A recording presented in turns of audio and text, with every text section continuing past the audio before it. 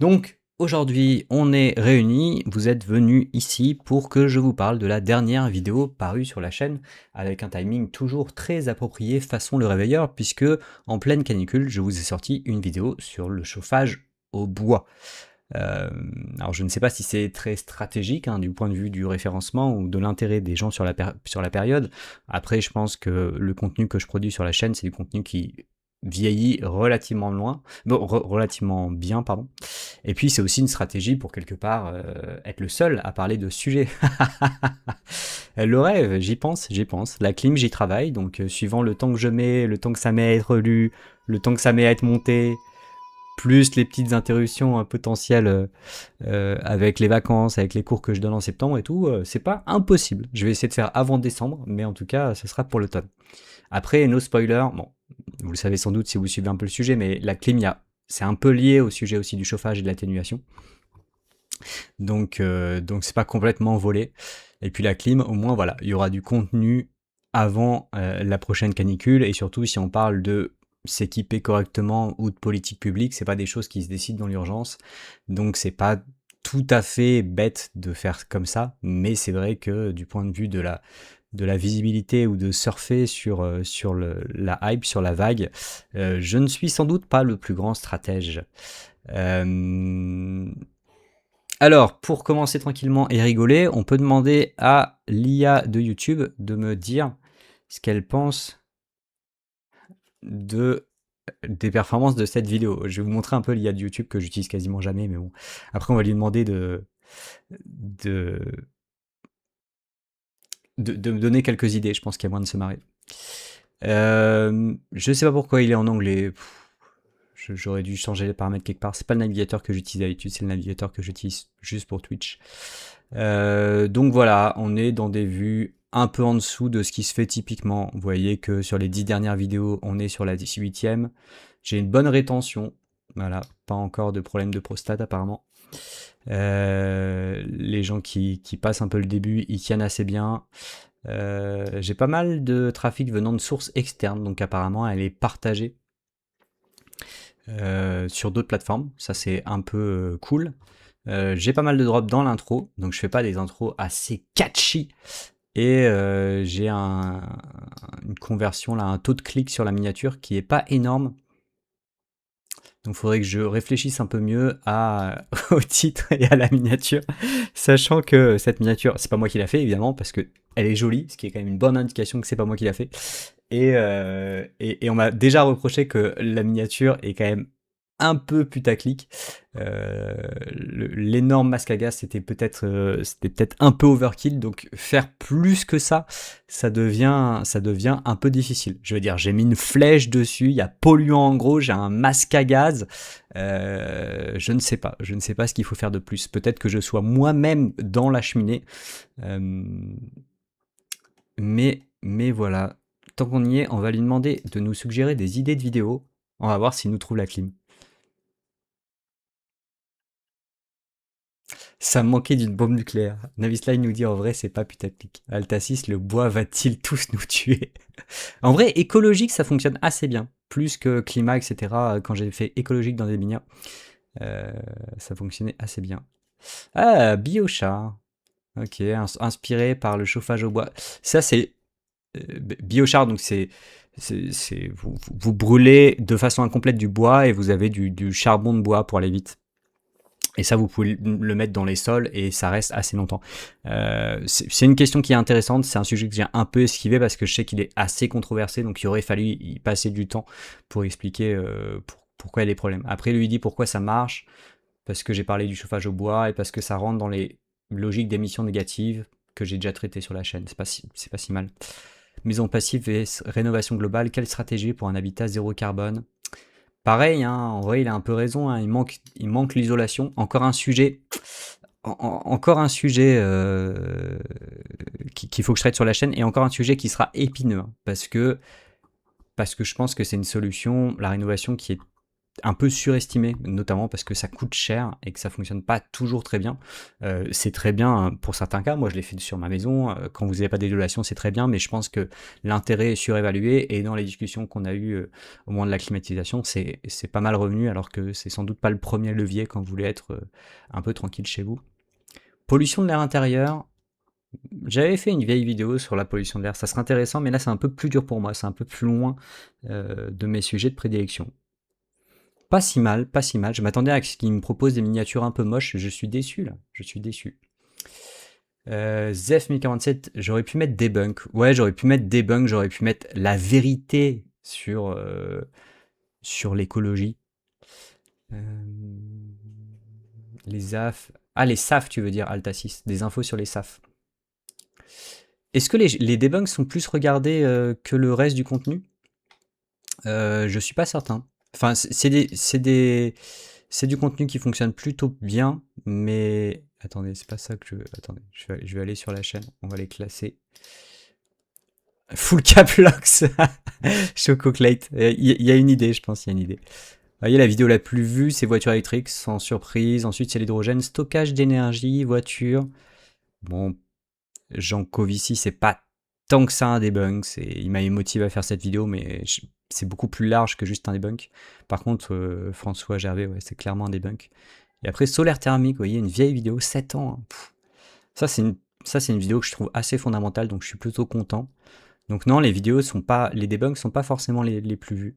Terre rare. Photovoltaïque, hein, c'est intéressant. Quand j'aurai fait le tour, il y aurait matière à actualiser tout ça. Donc voilà, des suggestions, pourquoi pas. Au moins YouTube a compris ce que je faisais sur ma chaîne, ce qui est assez rassurant. Donc là, on est sur une vidéo qui a pas hyper bien performe. Je pense que c'est surtout lié à la période de sortie de la vidéo. C'est une vidéo qui vieillira, j'espère, assez bien. Ce serait envisageable aussi que j'en fasse des petits shorts sur certains aspects particuliers, peut-être des conseils sur l'utilisation ou l'aspect sur la pollution de l'air. N'hésitez pas si vous avez des questions sur la vidéo. Est-ce que vous voulez que je vous fasse un petit résumé des différents points que j'ai abordés dans la vidéo, ou vous arrivez tous ici avec la vidéo en tête et on passe directement un peu à la genèse de la vidéo, au truc un peu compliqué que j'ai rencontré, à mon opinion, après avoir intégré les retours, etc. Qu'est-ce qui vous intéresse? Est-ce qu'un petit résumé, ça vous chauffe? Ou on saute la question du résumé? Et je vais peut-être l'ouvrir quelque part quand même. Énergie. Je pourrais faire un petit sondage.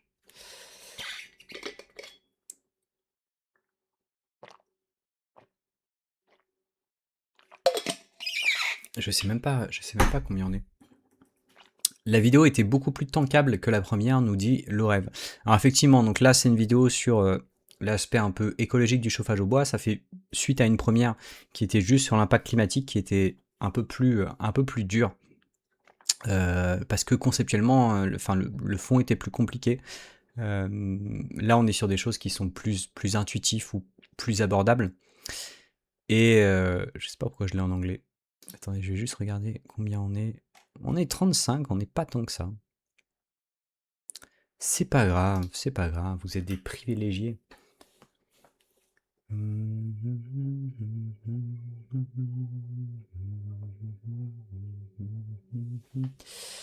Alors, effectivement, je peux résumer un peu sur les points importants. Alors, je pense qu'il y a un premier point qui est intéressant dans la vidéo, qui est le fait que c'est quand même le bois, c'est une source d'énergie importante, c'est un quart du chauffage en France. Avec toujours cette difficulté, ceux qui sont familiers de la chaîne et du live le sauront, qu'on parle en énergie primaire.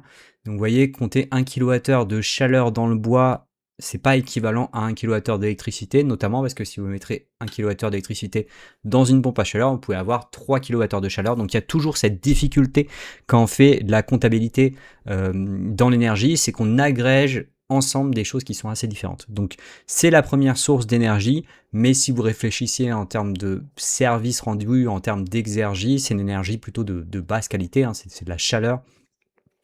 Et comparé en 1 pour 1 avec de l'électricité, c'est quelque chose qui se discute un peu. Mais n'empêche qu'il y a ce premier truc important qui est que le bois, il a une place importante, il a une place importante depuis longtemps. Alors c'est développé depuis les questions de pompe à chaleur, les questions d'éolien, de photovoltaïque, enfin toutes ces sources-là qui, vous voyez, sont assez récentes, hein, dans les années, il y a 20 ans, en fait, il y avait le bois et l'hydroélectricité. Le reste s'est développé depuis. Et donc le bois est là, il est là depuis longtemps. Et je pense que c'est intéressant de garder ce truc en tête. Et puis, la difficulté aussi quand on parle des renouvelables, c'est que tous les renouvelables ne se valent pas. Moi, quand je donne des cours ou des introductions ou des conférences sur ces sujets, j'aime bien pointer du doigt, et je l'ai fait dans la vidéo, la différence entre des renouvelables que je qualifierais d'inconditionnels. Si j'ai du photovoltaïque sur mon toit, là, il produit de l'électricité, ça n'empêche pas qu'il produise de l'électricité demain, hein. Et ce rayonnement solaire, d'ailleurs, si je le prends pas, ben, en fait, l'exergie associée, elle va être perdue de toute façon. Par contre, si je vais couper un arbre, si je coupe le seul boulot de mon jardin, je l'ai pas l'an prochain. Et donc, la biomasse, c'est renouvelable, mais sur une temporalité assez longue, et c'est renouvelable conditionnellement, à condition qu'on gère correctement la forêt, à condition qu'on ne remplace pas la forêt par un champ ou un parking. Et donc voilà, dans les renouvelables, on agrège aussi des choses assez différentes. Et donc c'est durable, renouvelable, à condition que ça soit fait correctement. Et en plus, avec cette difficulté qui était déjà mentionnée dans la vidéo d'avant, que le climat change. Et que le climat change, et ça affecte déjà pas mal les forêts. Je vais prendre une petite question de Zef1047. Je parle beaucoup des PM2.5, pas de nanoparticules ou autres, genre PM1. C'est une bonne question, Zef1047. Je me suis concentré sur les PM2.5. Alors, les PM2.5, c'est toutes les particules de moins de 2,5 micromètres. Et donc, dedans, il va y avoir les PM1, il va y avoir aussi ce qu'on appelle les particules ultra fines. Je vous parle de choses dont je ne suis pas expert, hein, et on a notamment parlé de ça au live de vendredi où on a lu le rapport du CIDPA sur la pollution de l'air, donc c'est assez frais. Et au-dessus, il y a aussi des PM 10, donc inférieurs à 10 microns, et au-dessus, il y a on peut faire un compte de toutes les particules, et là on peut avoir des particules de plus gros diamètre. Et donc effectivement, ça change pas mal de choses suivant le diamètre qu'on considère, sachant que plus une particule est fine, plus elle va pouvoir pénétrer profondément dans votre organisme. Et donc en général, on considère que plus une particule est fine, et plus elle peut poser de problèmes sanitaires.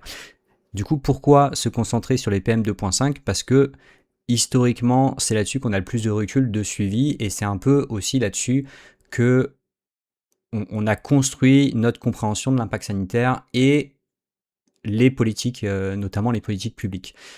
C'est pas exclu que ça évolue, notamment avec les connaissances qu'on commence à avoir sur les PM1 ou les particules ultra fines, mais pour l'instant, les PM2.5, c'est un peu ce qu'on utilise comme proxy de l'impact sanitaire, donc c'est pour ça que je me suis un peu concentré là-dessus.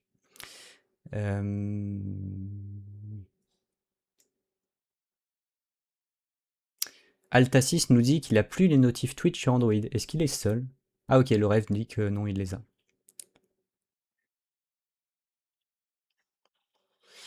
En gros, le côté inconditionnel, c'est lié à si c'est un flux pur, vent, soleil, ou si ça dépend d'un stock qui est en fait un flux très ou très très lent. Ouais, je dirais que ça, ouais. En fait, moi, je me dis, inconditionnel, c'est un truc de, si tu l'utilises aujourd'hui, tu prives pas le suivant de l'utiliser.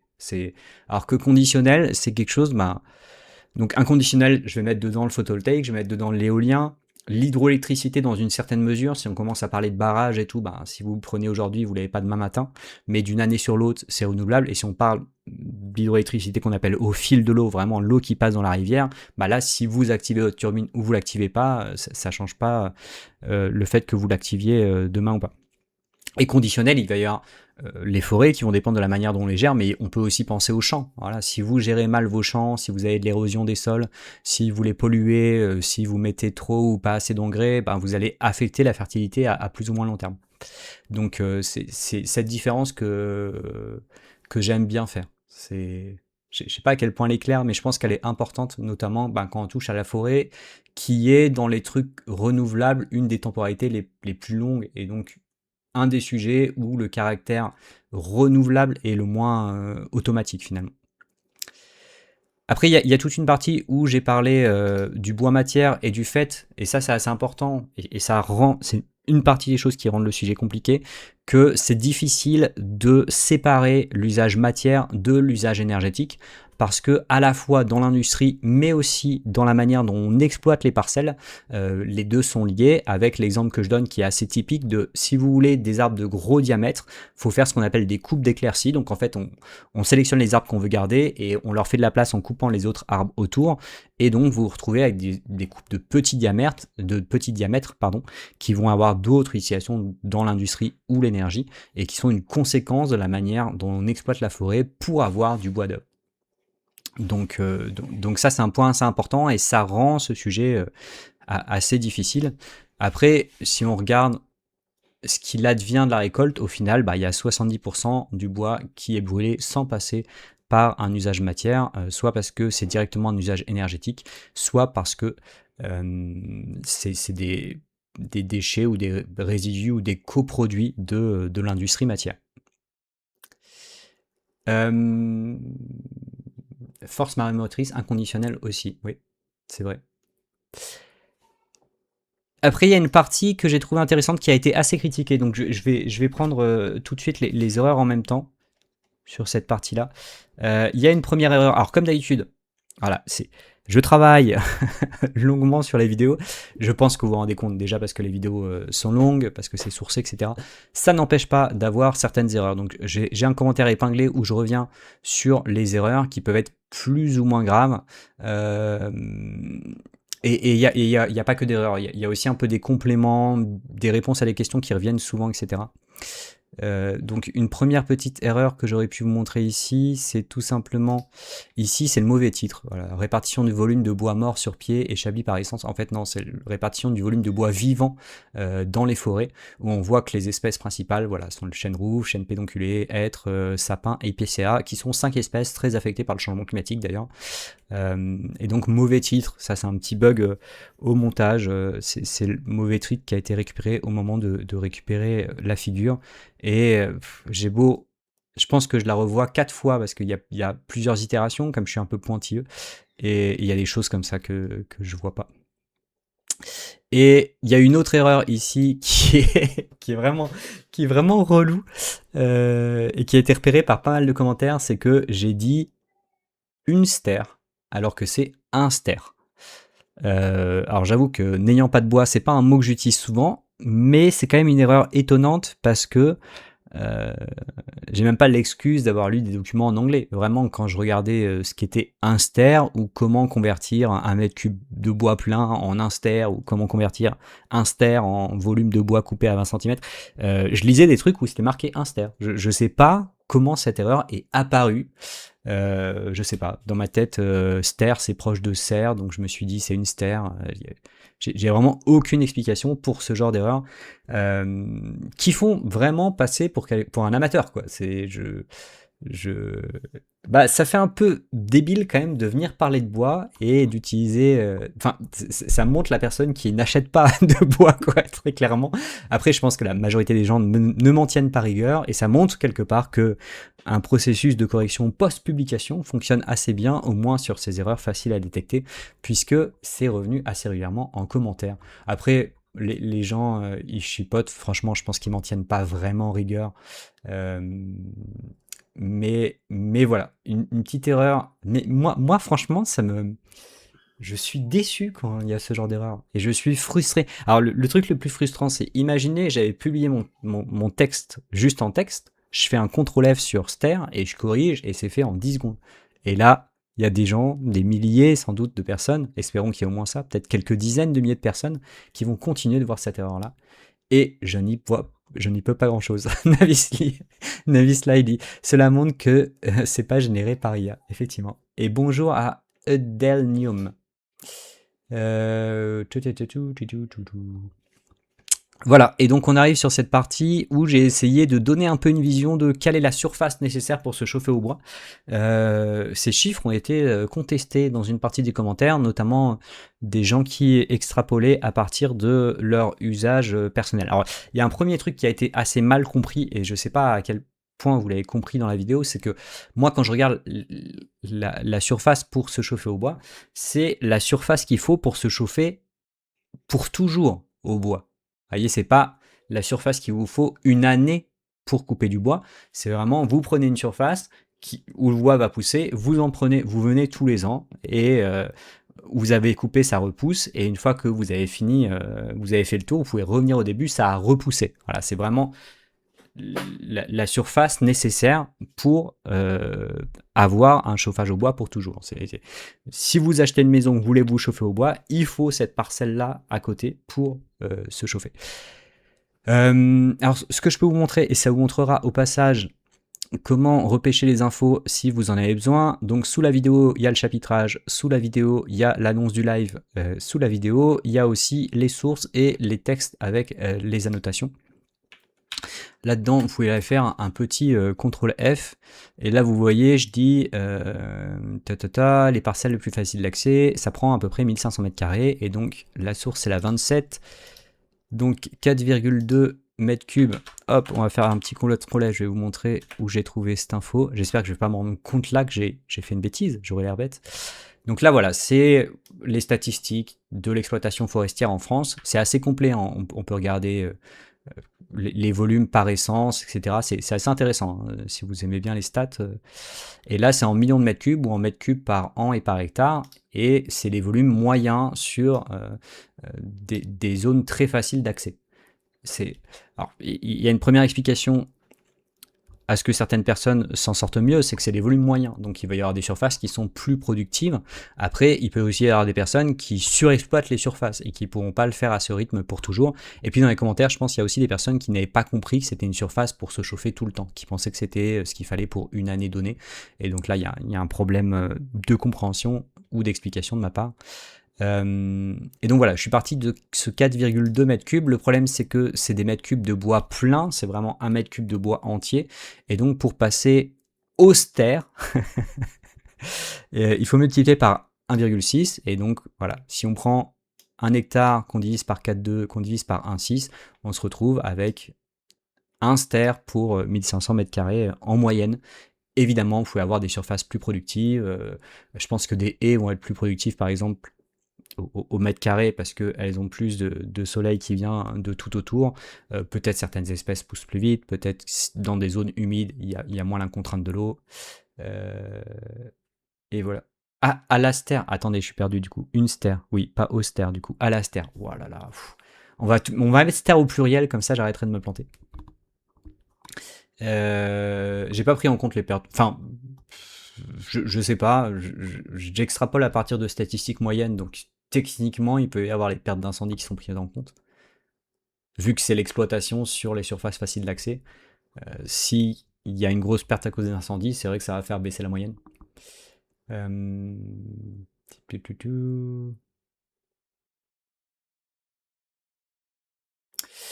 Donc voilà. Par stère, comme ça il n'y aura pas d'erreur. Les stères, c'est dur, hein. Pourtant, je fais des vidéos austères, je devrais. Je suis trop drôle, des vidéos austères. Je devrais savoir.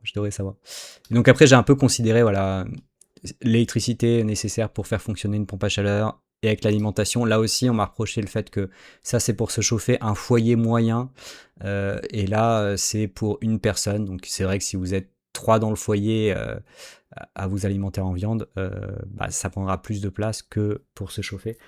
Mais je le disais, hein, parce que je disais, suivant le nombre de personnes et l'alimentation, vous pouvez avoir besoin de plus de surface pour vous chauffer que pour vous alimenter, ce que je trouve une info quand même assez étonnante. Et ça permet au passage de faire un peu de prosélytisme pour la végétalisation de l'alimentation. Alors, il y a un autre truc qu'on m'a un peu reproché. Il y a des commentaires qui ont un peu tiqué aussi sur la consommation de bois moyenne. J'ai fait le choix de partir de la consommation de chauffage moyen en France, et j'ai donné la surface correspondante, et j'ai donné le nombre de stères. Et si vous avez une plus grande surface ou une consommation que vous connaissez en kilowattheure, vous pouvez faire vous-même vos calculs avec des règles de 3. Il y a une critique qui est légitime, qui est que, en fait, de mémoire, il y a très peu, je vais dire une bêtise, mais il y a genre 3-4% de chauffage au bois dans les appartements, et c'est 40% dans les maisons de mémoire, avec à peu près la moitié pour qui c'est le chauffage principal. Et donc, vu que c'est beaucoup plus dans les maisons que dans les appartements, bah, c'est sur des surfaces habitables qui sont plus grandes que la moyenne. Vous voyez, en fait, en prenant le chauffage moyen, je ne suis pas très représentatif du cas du bois qui n'est pas une utilisation moyenne, qui est une utilisation plutôt dans les maisons, plutôt pour des grandes surfaces. Et puis, ça s'ajoute à ça que, évidemment, le chauffage, vous allez avoir des besoins très différents suivant vos habitudes, suivant l'isolation et suivant votre zone climatique. C'est pas le même problème si vous habitez à Aix-en-Provence ou dans les alentours de Lille ou de Strasbourg.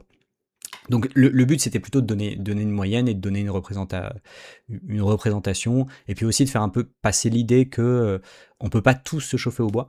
Alors certains ont dit oui, mais si on isole moins, si on isole bien, si on est très efficace et si on est sobre, ça pourrait changer la donne.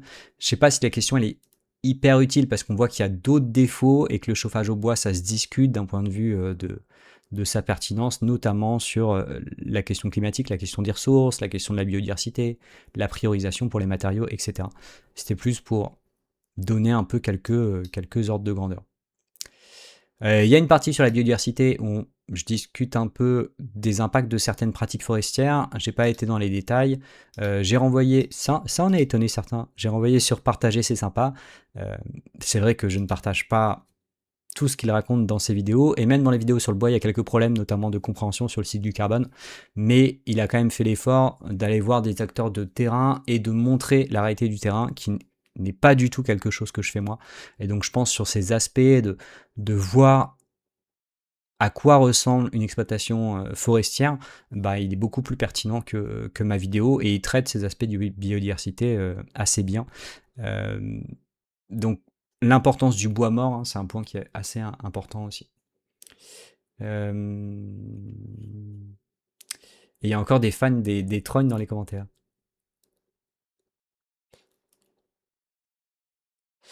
Est-ce que je peux rappeler combien c'est de ster annuel en chauffage principal? Bah en fait, le rêve, je crois que j'ai pas l'info parce que j'avais quelque part, j'avais mis quelque part la moyenne. Attendez, je vais retrouver la moyenne. Les données officielles montrent une consommation moyenne autour de 5,5 ster, mais je pense qu'il y a des foyers pour qui ça n'est pas le mode. Oui, c'est sûr. C'est même pas je pense. Je peux virer, je pense. Mais il y a. Ah merde, je suis pas log. Bon, tant pis.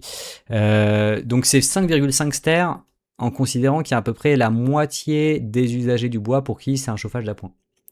Donc je ne crois pas qu'on puisse en déduire grand chose. J'ai placé un petit bout sur les trognes par là, je crois, ou à la fin de ce passage, qui avait été mentionné dans la précédente vidéo. Avoir fait la vidéo en 2 temps, ça m'a permis quand même de faire un petit résumé de la première vidéo et de revenir sur certains points qui avaient été mal expliqués, pas assez clairs ou pas bien compris. Et notamment, même si j'ai encore eu des commentaires dans ce sens, il y a l'idée, je pense, un peu gênante que ramasser du bois mort en forêt, c'est neutre d'un point de vue climatique. Ça l'est pas, parce que le bois que vous ramassez en forêt, si vous le brûlez pas, il va mettre longtemps à se décomposer. Et en plus, le bois mort en forêt, il est intéressant pour la biodiversité. Alors, je dis pas de pas le faire, vous pouvez avoir vos raisons de le faire, des raisons économiques, des raisons d'indépendance, d'autonomie, etc. Mais c'est pas neutre, quoi. C'est pas neutre. Et malgré le fait que j'ai essayé de bien expliquer ça ici, j'ai encore des commentaires qui me disent « Mais moi, c'est pas pareil, mon chauffage au bois, il est pas problématique parce que je vais ramasser les trucs que je trouve. » quoi. Avec la problématique en plus que des personnes qui font ça peuvent utiliser du bois de moindre qualité et ou abîmé et ou humide. Je sais pas exactement comment elles mettent ça en pratique, mais du coup, ça a un impact sur la pollution de l'air. La qualité de bois, ça a un impact sur la pollution de l'air. Et après, voilà, le gros de la vidéo, c'est quand même cette question de la pollution de l'air qui m'a pas mal occupé. Donc il y a eu pas mal de réactions à ce sujet. Alors attendez, je vais revenir sur quelques compléments avant. Il y a plusieurs personnes qui ont tiqué. Alors enfin, Dans la vidéo, j'explique aussi la différence entre bûche et granulé. Il y a des personnes qui ont tiqué en disant mais les granulés c'est bien pire parce qu'il faut du séchage notamment et il faut les mettre en forme, etc. Euh, En fait, j'ai eu des difficultés à trancher cette question et si vous regardez par exemple le petit calculateur de l'ADEME, là, il vous dit même que la bûche s'en sort mieux que les granulés. Euh, donc je sais pas trop quoi penser parce qu'en fait ça va enfin ça va dépendre de l'énergie utilisée pour mettre en forme les granulés, mais les granulés peuvent se récupérer quelque part ou rattraper une partie du retard sur le fait que ils ont un meilleur rendement ou ils sont utilisés dans des appareils souvent avec des meilleurs rendements. Donc le calcul il est un peu compliqué et puis il y a une autre complexité là-dedans, c'est que si c'est des granulés qui sont issus d'une coproduction du bois matière, il va y avoir des problèmes d'allocation des impacts entre les différents coproduits, quoi. Et ça, c'est des choses qui sont pas évidentes à trancher. Donc ça, c'est un sujet, un sous-sujet que j'ai pas trop su trancher, vu ce que j'ai trouvé suite à quelques demandes en commentaire. J'ai pas l'impression que la différence soit énormissime non plus, mais voilà. Et d'ailleurs, il y a aussi un commentaire qui m'a dit que dans la vidéo, j'explique qu'un des défauts des granulés, c'est qu'on peut pas les faire chez soi. Et lui, il a un truc pour faire les granulés chez lui. Il m'a dit que ça coûtait entre 1000 et 3000 euros, je crois. Et donc, il fait les granulés avec ses résidus. C'est quelqu'un qui a l'air d'avoir un peu de surface. Et en plus, son poêle à granulés, il peut le gérer avec une batterie s'il y a des problèmes de coupure de courant. Donc, même ce défaut d'avoir besoin d'une alimentation électrique, il me dit que c'est pas vraiment un défaut. Donc, voilà. Vous pouvez faire vos granulés apparemment, ça vous demande quand même un peu plus d'effort, un peu plus d'énergie que d'acheter des bûches, mais c'est pas impossible. Il y a plusieurs personnes qui ont tiqué sur les dents 100 euros que je donnais à un moment sur l'approvisionnement annuel en bûches. Alors ça vient de données de l'ADEME de 2020 où ils ont regardé la facture moyenne pour tous les utilisateurs. Et en fait, il y a une partie d'utilisateurs qui ont du bois gratuitement ou sur lequel ils travaillent eux-mêmes, quoi, qui payent avec leur travail quelque part. Et donc sur les ménages qui achètent tout leur bois bûche, la facture elle est plutôt à 334 euros en moyenne en 2020, donc sans doute un peu plus aujourd'hui, sans doute j'aurais pu détailler un peu plus, mais le point dans la vidéo c'était surtout de dire que le bois était économique, et ça je pense que ça reste vrai et que il n'y a pas trop à discuter de cet aspect-là. Et c'est vrai que c'est un aspect que j'ai pas beaucoup abordé dans la vidéo, c'est la question un peu sociale autour du bois, le fait que ça soit une énergie abordable, surtout utilisée dans la ruralité, utilisée potentiellement par des personnes qui ont peu de revenus et qui l'échangent par leur travail. Donc ça c'est intéressant et d'ailleurs il y a aussi des commentaires qui m'ont dit ouais tu t'attaques au bois parce que c'est une énergie sur laquelle on paye pas la TVA parce que je vais le chercher moi-même, donc l'État il veut venir se mettre partout et récupérer de l'argent, donc des discours un peu complotistes que j'achète pas forcément, mais il y a quand même cette réalité que c'est une énergie très économique et donc ça peut être compliqué, dangereux de s'y attaquer politiquement ou ça peut avoir des impacts sociaux qu'il faut anticiper. Euh, voilà. Attendez, je prends un peu les questions. Pour moi, à point pour les jours EDF, plus de flambée en journée froide, de se chauffer, je consomme environ 2-3 stères. Ça pollue dehors, mais ça pollue beaucoup dedans, notamment lors des ouvertures de la porte. Je m'en sors mieux que les granulés. Le transport et la mise en forme des bûches et granulés sont comptabilisés dans quel secteur? Bah, là, je pense que sur ce type d'évaluation, là, on compte tout. Normalement, c'est des évaluations en analyse du cycle de vie. Donc, on compte tout ici. Après, dans les secteurs, le transport, enfin, si on parle de la comptabilité, type citez pas, comptabilité des émissions en France, le transport, il y a un secteur pour les transports, et la mise en forme des bûches et granulés, ça va être dans le secteur industriel. Et ça va être même dans le secteur du bois, en fait. Il y a aussi des plaquettes de résidus compressés qui ne sont pas des granulés et que tu peux faire toi-même, sûrement plus facilement que des granulés pour poêle à bois ou combiné bois-granulé. Je crois pas que tu aies parlé de ça. Tri systémique, des plaquettes de résidus compressés. Alors, je sais pas si tu penses, comment ça s'appelle, des bûches condensées ou je sais même plus comment ça s'appelle. En tout cas, oui, je me suis surtout concentré sur les granulés et les bûches, mais c'est vrai qu'il y a des choses un peu entre les deux. Euh,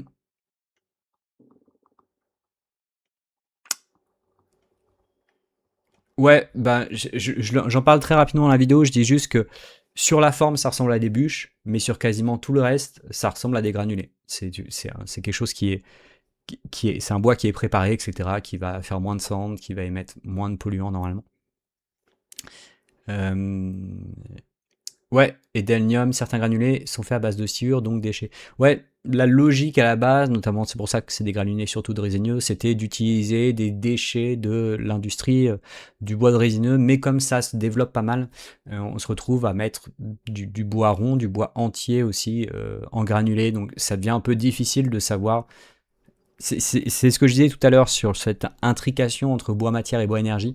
C'est pas toujours facile de savoir si ce qu'on a en face de soi ou ce qu'on achète, c'est un coproduit ou si ça a été directement fait pour de bois énergie. Et en plus, si vous avez des fluctuations des prix, hein, notamment les granulés ont pas mal augmenté en prix, ben, vous avez des effets de bord ou de switch sur certains volumes.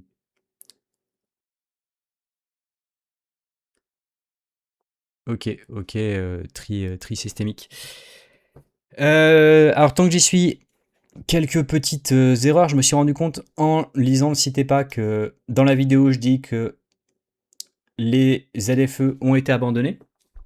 J'étais resté sur la loi de simplification de la vie économique qui avait été votée et qui poussait à l'abandon des ZFE, et cette partie a été invalidée pour des questions de forme. Je crois que ça s'appelle un cavalier législatif. En fait, ça n'avait rien à faire dans cette proposition de loi. Donc, de ce que je comprends, les ZFE sont toujours opérationnelles, même si, bon, politiquement, elles peuvent être un peu chahutées. Je sais pas ce qui va advenir d'elles. Donc voilà, je dis que ça a été abandonné, ça l'est pas vraiment. Bon, de toute façon, c'était juste pour introduire la comparaison avec la voiture, donc c'était pas le focus de la vidéo, donc j'étais un peu trop vite là-dessus. Et il y a aussi des commentaires qui posaient la question de l'éco-buage, un peu en mode le problème, c'est pas ma cheminée, c'est plutôt le brûlage de déchets dans les jardins, en bord des champs, etc., de déchets verts, surtout que souvent quand on brûle des déchets comme ça, c'est des déchets qui sont pas secs, et donc là vous avez une combustion qui est particulièrement problématique.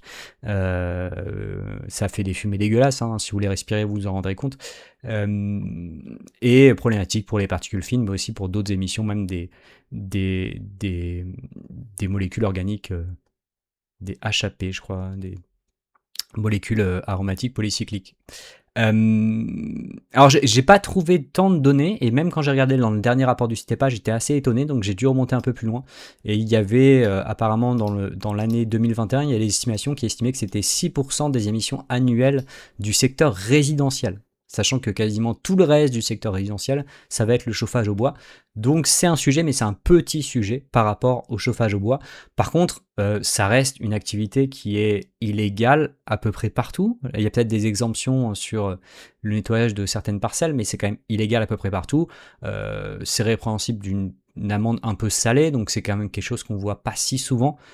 En moyenne sur le territoire, il peut y avoir des zones où il y en a davantage, et dans ce cas-là, ça peut être une source locale de pollution importante. Mais quand vous allez à l'échelon statistique sur l'ensemble du territoire, ça a l'air d'être une source assez faible. Après, c'est aussi possible que ce soit des sources qui sont difficiles à évaluer. Euh... to, to, to, to, to.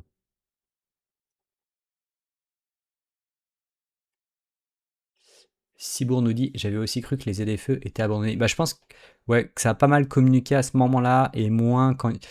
En fait, je m'en souviens, je me souviens de l'abandon parce que c'était un cavalier législatif, parce que j'avais trouvé ce truc marrant de cavalier législatif.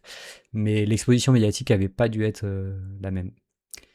Donc après, un petit point sur la pollution de l'air, donc ça on en a reparlé dans le live de vendredi, donc n'hésitez pas à regarder les diffusions, rediffusions sur la chaîne Le Climat part en live, notamment la pollution de l'air, ça reste un gros problème environnemental en France qui continue à faire des morts, qui continue d'affecter la santé humaine. Vous perdrez tous quelques à plusieurs mois de vie à cause de la pollution de l'air. Donc ça reste un enjeu important, et on a pris le temps de repasser pas mal dessus.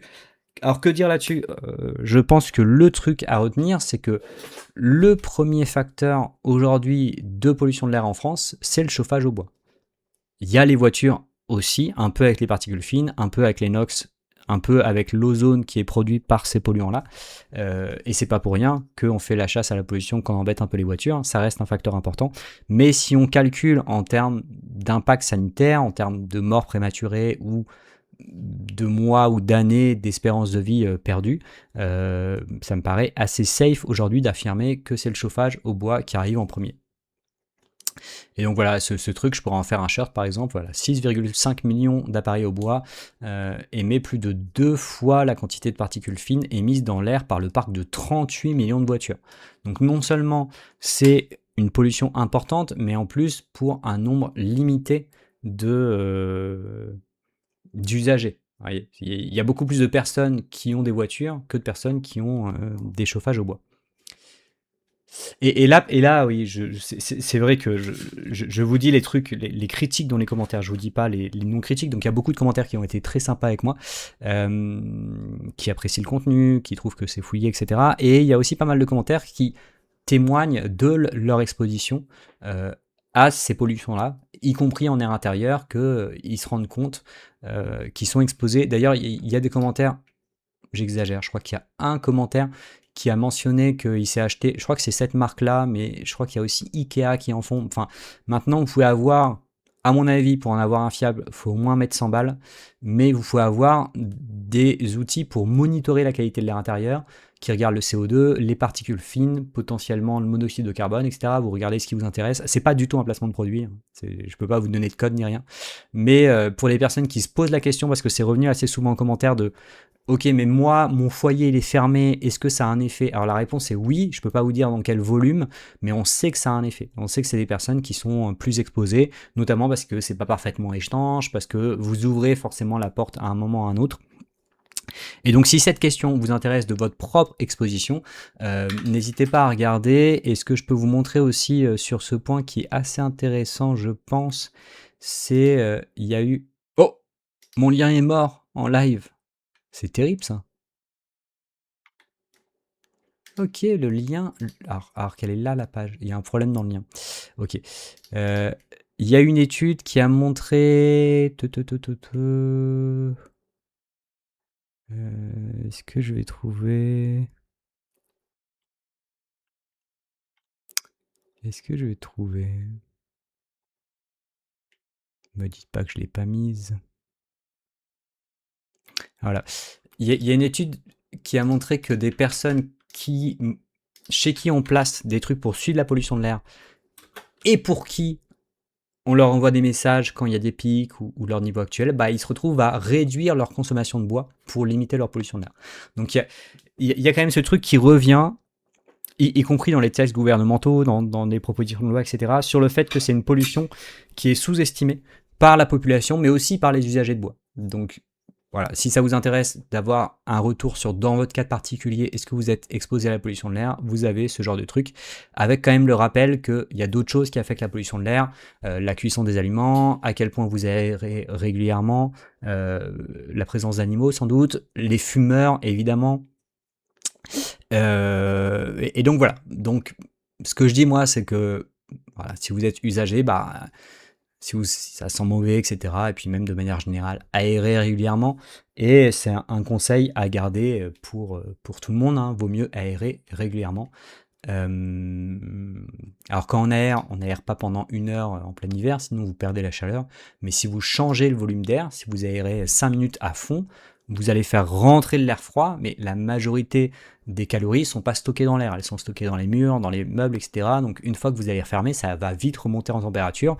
Vous changez votre volume d'air, faites-le le matin, c'est là que l'air est le plus propre, et vous le faites sans perdre beaucoup de chaleur. N'ayez pas peur de faire un grand courant d'air vis-à-vis de refroidir votre maison. Et là, ben, essayez de chasser la chaleur, donc aérer à fond tant qu'il fait plus froid dehors que à l'intérieur. Alors attendez, je vais juste mettre la clim parce que il fait une trentaine de degrés et la dernière fois que j'étais sur Twitch à cette température, mon ordinateur a planté et je pense qu'il aime pas trop quand il commence à faire chaud. Twitch c'est un peu vénère, Twitch ça fait un peu tourner l'ordi. J'en étais à vous raconter la pollution de l'air. Le chat 84 nous... Alors, non, je prends un peu ces chiffres considérés. J'avoue, en campagne, c'est infernal, c'est bleu partout car les fumées persistent, nous dit Edelnium.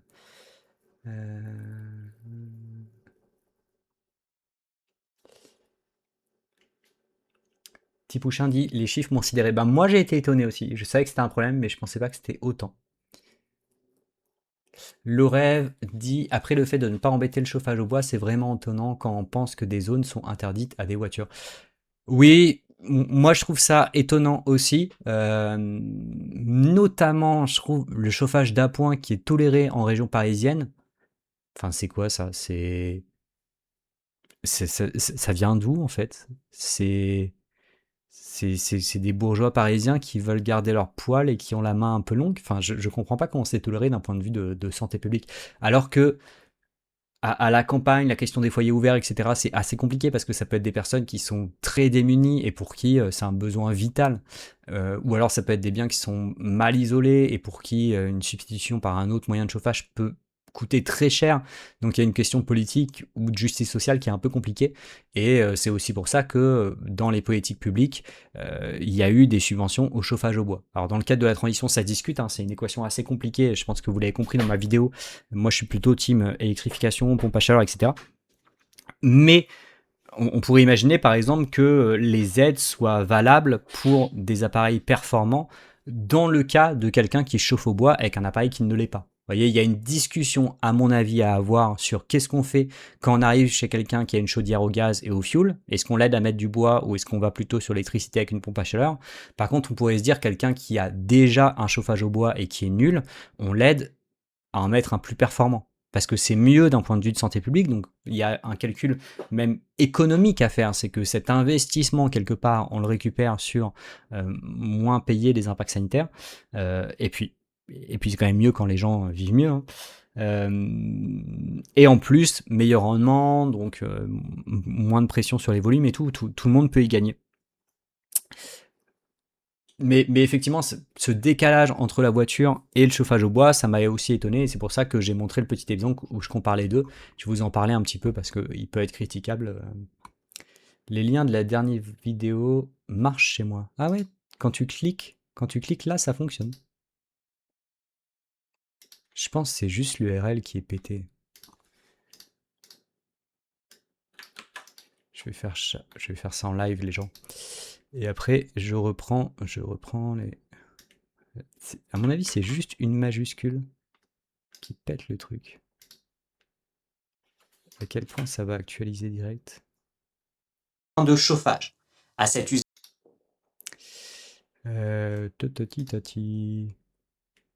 Donc vous voyez, je fais au mieux, je mets mes petites sources, vous avez le texte annoté avec les notes de bas de page pour essayer de comprendre.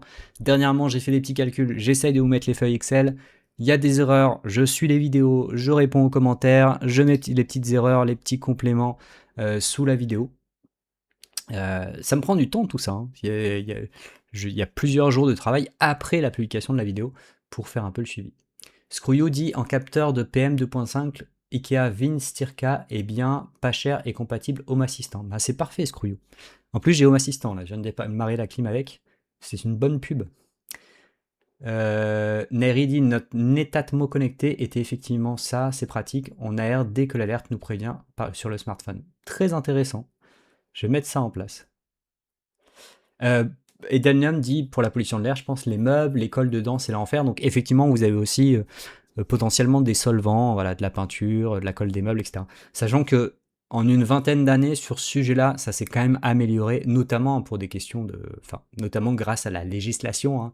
On va pas dépolitiser cette question. La pollution de l'air, c'est une question qui est très politique. On a vu dans la dernière vidéo que la pollution de l'air s'améliore globalement en France, et c'est parce que on met en place des politiques pour le faire. Et il y a de grandes chances que les politiques d'amélioration de la qualité de l'air ciblent le bois dans les prochaines années. C'est déjà un peu le cas, hein, parce que c'est une source majeure, et pour la pollution de l'air intérieur, il y a eu aussi des législations. Au bureau, c'est super compliqué de faire accepter l'aération en hiver. Bah, faut leur faire des petits calculs de physique. Faut leur expliquer que vous perdez pas tant de calories en changeant juste le volume d'air. Faut pas rester ouvert 1 heure, quoi. J'ai aussi un appareil qui détecte le radon, c'est un nudge qui m'oblige à aérer. C'est bien, aérer les gens. Tri systémique, en regardant la vidéo, je m'étais demandé si les roquettes stove, tu avais regardé, si j'ai bien compris le principe, c'est de faire de la combustion franche et donc comme celle que tu conseilles. Alors j'ai regardé rapidement les roquettes stove, je sais pas exactement si on parle de même chose. Donc les roquettes stove, c'est plus un truc de, c'est une cuisinière améliorée, si j'ai bien compris, voilà. C'est une cuisinière améliorée. Donc ta cuisinière, au lieu d'avoir un rendement éclaté, genre inférieur à 10%, je pense, tu montes à 20%, mais tu es très très loin d'un poêle de masse, par exemple. C'est alors c'est utile si, je sais pas, si les gens se chauffent sur 3 cailloux, pardon, par rapport à la cuisson sur 3 pierres. Donc c'est utile si vraiment tu utilises un appareil de cuisson, on va dire très très traditionnel, ou si tu fais du camping ou si tu vas en forêt, c'est clairement une amélioration.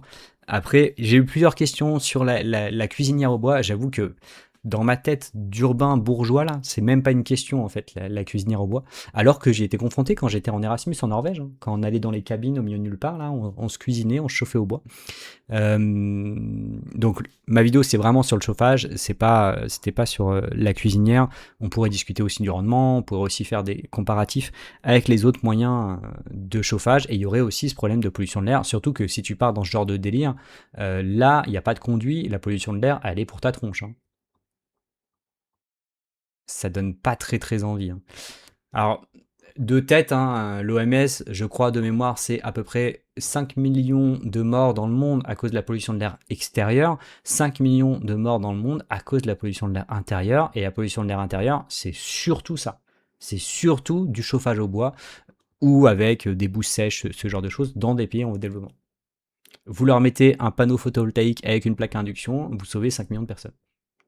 Très technosolutionniste, hein. Bon, si vous avez du gaz, c'est déjà un peu plus propre que le bois aussi, mais c'est pas terrible pour le climat. Quand on parle des logements, on est d'accord que les VMC servent à ça. Alors, les VMC servent à ça, mais une aération franche, je pense que c'est mieux.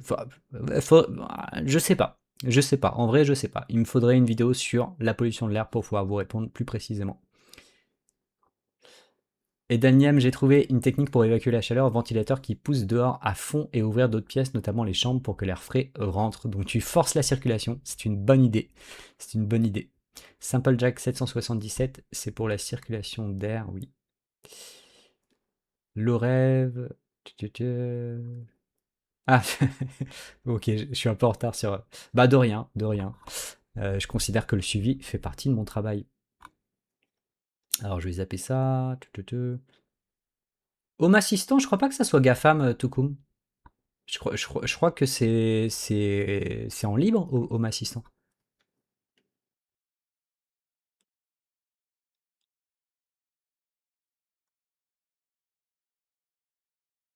Ouais, Kitrix dit Home Assistant, c'est open source.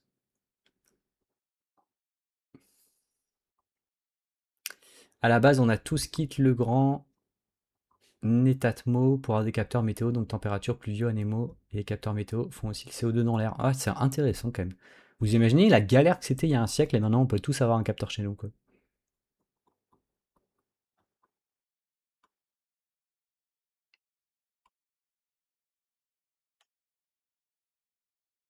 Samuel Vimer, ben bienvenue, si c'est la première fois que tu viens en live, j'espère que ça te plaira. Je suis en train de rattraper un peu les commentaires, j'essaye d'aller vite. Toto, Toto, Toto.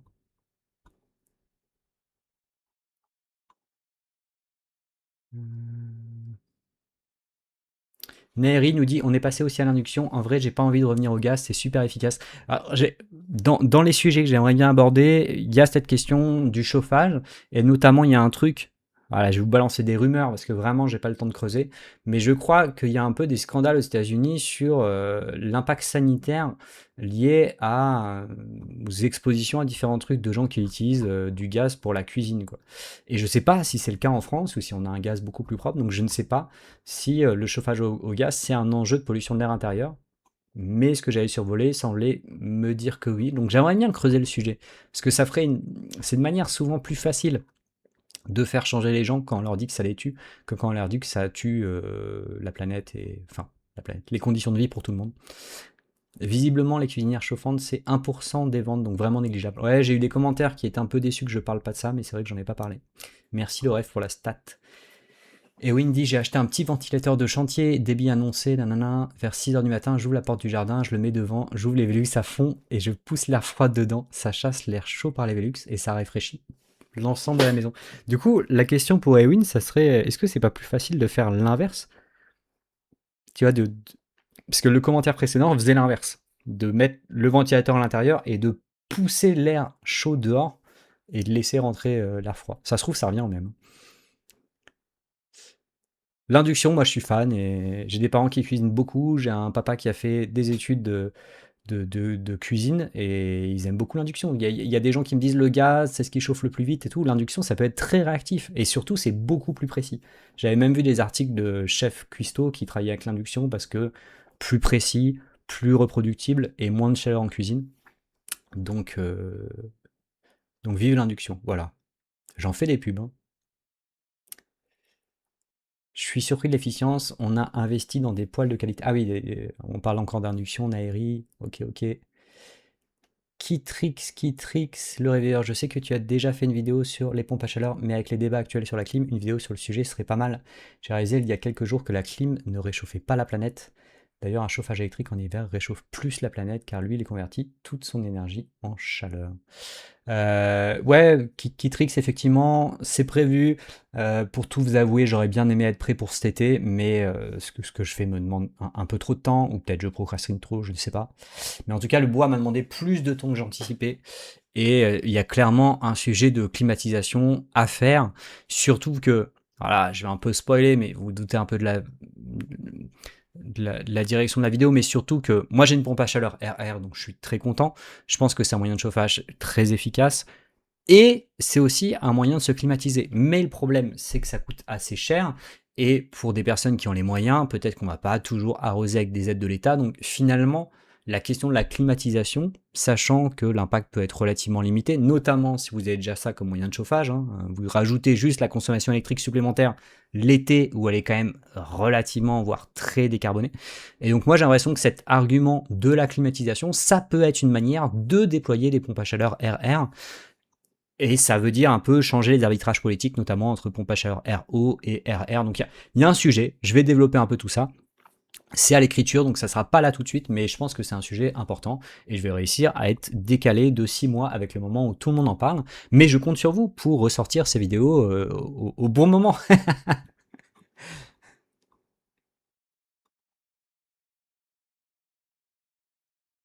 Un youtubeur avait fait un comparatif des méthodes pour faire bouillir de l'eau par ordre d'efficacité décroissante, bouilloire, micro-ondes, induction. Ok. On est parti sur la clim. Ah non, non, on va pas partir sur la clim. On ne va pas partir sur la clim. Je rattrape les commentaires et on reprend sur le bois. En tout cas, dans les notices de cuisinière à gaz, c'est bien écrit qu'il ne faut surtout pas s'en servir pour le chauffage à cause des polluants échappements. Intéressant, Tipouchin, merci. Pour la ventilation, je crois qu'il est légèrement plus efficace de pressuriser avec l'air froid que de créer une dépression en chassant l'air. Ok, Scrouillou. Euh... Ah, ok, oui, je comprends la problématique. Hmm. D'après Airparif, la cuisinière au gaz est nocif, mais surtout c'est possible la pompe à chaleur. La pompe à chaleur en appartement, bah, Jacarra 2, bah, ça dépend ce qui existe comme moyen de chauffage. Le collectif, il y a des limites, mais on va revenir de plus en plus dessus. Après, il y a des limites qui sont liées au PLU. Est-ce que tu as le droit de mettre une unité en façade, etc. Moi, je connais des personnes qui sont en appartement chauffé au gaz. Je connais une personne au moins, on va dire, qui a rajouté une pompe. Non, c'était avant qu'il arrive. Il y a une pompe à chaleur RR qui est là pour des besoins de climatisation. Donc finalement, il a hybridé parce que il a cette solution que pour une pièce, mais ça permet en hiver d'utiliser la pompe à chaleur RR plutôt que le chauffage au gaz quand c'est possible. Et ça, c'est intéressant pour des questions économiques, énergétiques et climatiques. Et en plus, ce qui est intéressant aussi quand on a des solutions d'hybridation, et on va en discuter aussi dans le cas du bois, c'est que ça permet, avec la question de la pompe à chaleur vient la question du réseau électrique et le fait qu'il peut y avoir des tensions, notamment au pic de consommation hivernale. Si le photovoltaïque est down et qu'il n'y a pas trop de vent, le réseau électrique peut être un peu sous tension. Et donc s'il y a des personnes qui ont des solutions hybrides, qui ont installé une pompe à chaleur, qui ont gardé leur poêle, qui ont un système de clim pour l'été qui fait aussi chauffage, en plus de leur système de chauffage à eux, bah, dans les situations de tension, ils peuvent à ce moment-là utiliser le bois ou utiliser le gaz s'il y en a encore, etc. Et donc ça peut être intéressant, je pense, les questions de climatisation, ça peut amener aussi ce genre d'hybridation parce que parfois vous allez, vu que c'est relativement cher, vous n'allez pas en mettre partout, etc.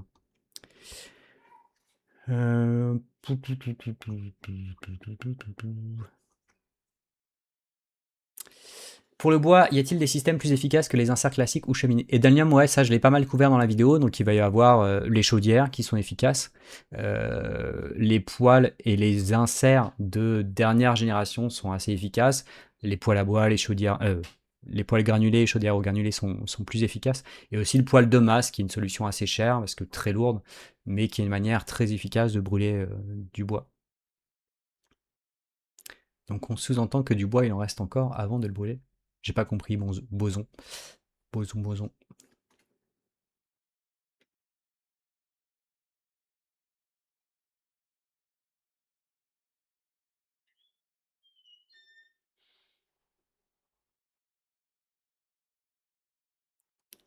Le rêve. Non, l'exemple que je donnais sur l'appartement, c'est juste quelqu'un qui est chauffé au gaz de base. Et il y a une PAC RR qui a été installée, mais pour faire de la clim. Et en fait, quand vous êtes dans une situation comme ça, bah, en hiver, vous pouvez utiliser la PAC RR pour vous chauffer. Et c'est toujours ça de gaz de prix en moins. C'est pareil, je connais quelqu'un qui est dans un appartement chauffé avec des radiateurs électriques. Et il a une PAC RR juste dans le salon qui a été installé probablement pour la climatisation, et sauf qu'il peut l'utiliser en chauffage d'hiver, et ça lui fait une réduction de consommation d'électricité par rapport au radiateur.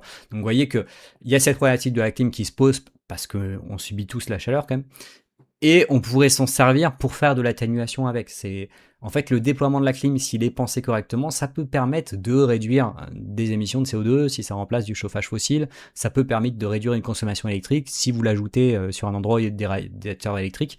Et c'est vrai même sur des situations un peu hybrides où il y a une clim monosplit qui est installée dans une pièce.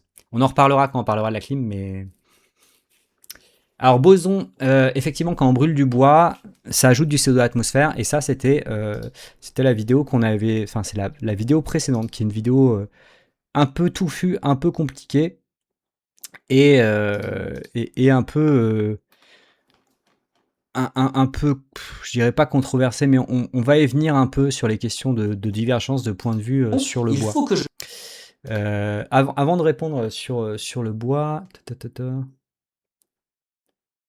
waouh, il y a trop de commentaires les gars.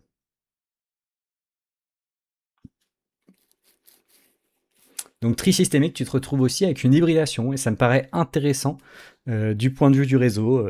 Donc dans les situations où tu vois que c'est tendu sur le réseau, si ça arrive, hein, parce qu'on va aussi avoir des hivers de plus en plus chauds, ce qui va jouer, tu peux basculer sur ton système de chauffage et te calmer sur les legs pour en laisser sur les autres. Vous voyez, ça apporte une forme de flexibilité en fait. Je dis pas que tout le monde en avoir, mais je dis que par la force des choses, ça va exister, et ça peut être intéressant si c'est bien pensé.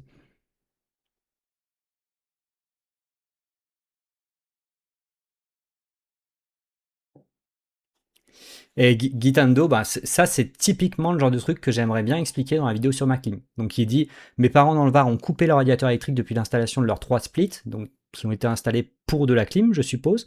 Résultat, ils climatisent à 26 l'été, donc clairement ils sont mieux, et consomment moins à l'année qu'avec des radiateurs seuls. Donc ils ont installé de la clim, et le résultat, c'est que malgré l'utilisation supplémentaire de la clim, ils consomment moins d'électricité.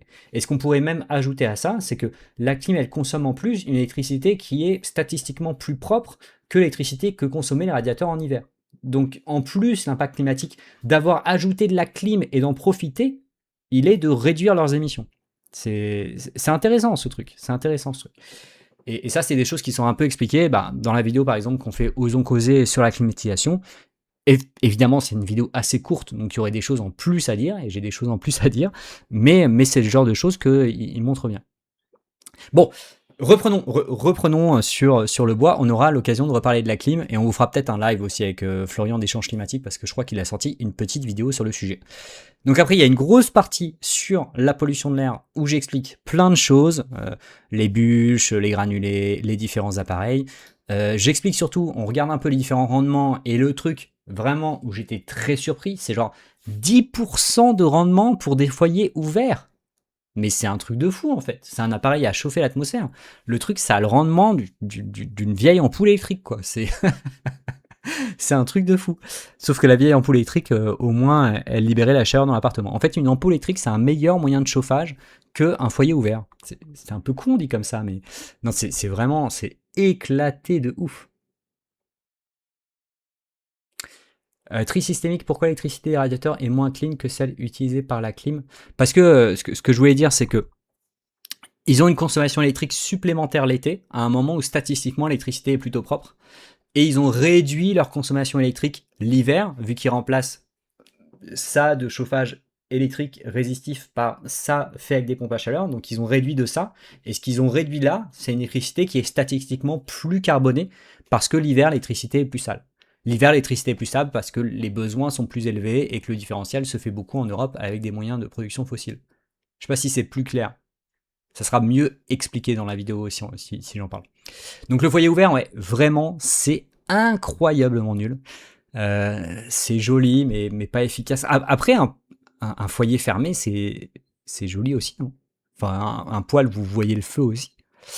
Euh... Changez vos foyers ouverts pour des lampes à incandescence. Rudolf 2027, le programme devient un peu absurde là.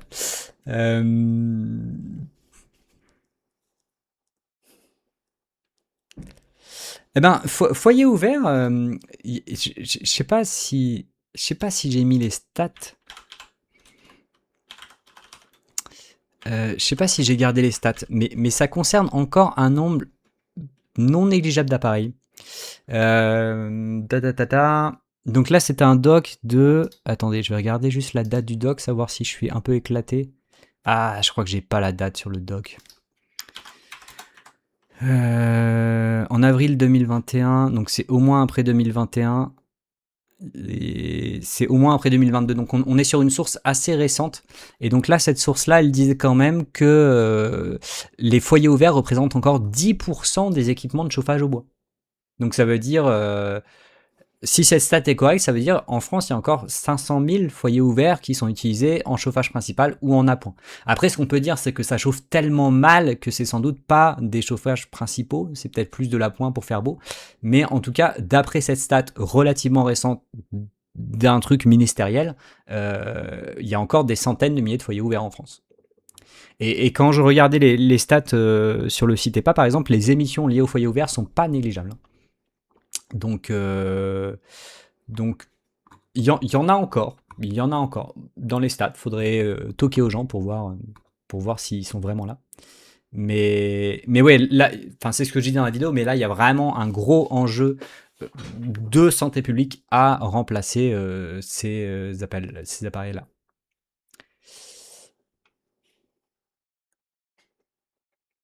Et on comprend pourquoi ils se gelaient dans les châteaux. Ouais, alors ça, c'est un sujet qui est intéressant. C'est aussi que notre conception du chauffage a pas mal évolué. Maintenant, on chauffe des espaces. Avant, on chauffait davantage les personnes. Ça serait un sujet de sociologie, d'histoire. Et en fait, dans les châteaux, ben, tu te chauffais en étant face au feu, juste avec le rayonnement des flammes. Ça chauffait pas la pièce, quoi. Et tu mettais, je sais pas, des pierres dans l'âtre ou sur le bord de l'âtre que tu allais mettre dans ton lit, un système de bouillotte un peu comme ça. Et tu avais un peu des sièges fermés, ce genre de choses. Ça serait une vidéo intéressante. Chauffer les personnes plutôt que les espaces. J'avoue que c'est un peu passé de mode avec maintenant le fait qu'on chauffe tout notre logement. Voilà, et on en était à cette question de pollution de l'air. Donc différents appareils, rendement éclaté. Qu'est-ce que je voulais dire d'autre? Et après, j'ai essayé de montrer un peu. Alors, c'est des données qui sont utilisées pour construire les émissions de pollution de l'air. Normalement, c'est des données qui viennent du terrain, quoi. Après, vous doutez que sur le terrain, il y a des grosses variabilités, donc c'est des moyennes qui se veulent représentatives. C'est quand même assez dur à faire. Et j'ai essayé de comparer ça avec une voiture diesel d'une quinzaine d'années, parce qu'il y a eu un gros focus sur les voitures et qu'on a moins tapé sur le chauffage au bois.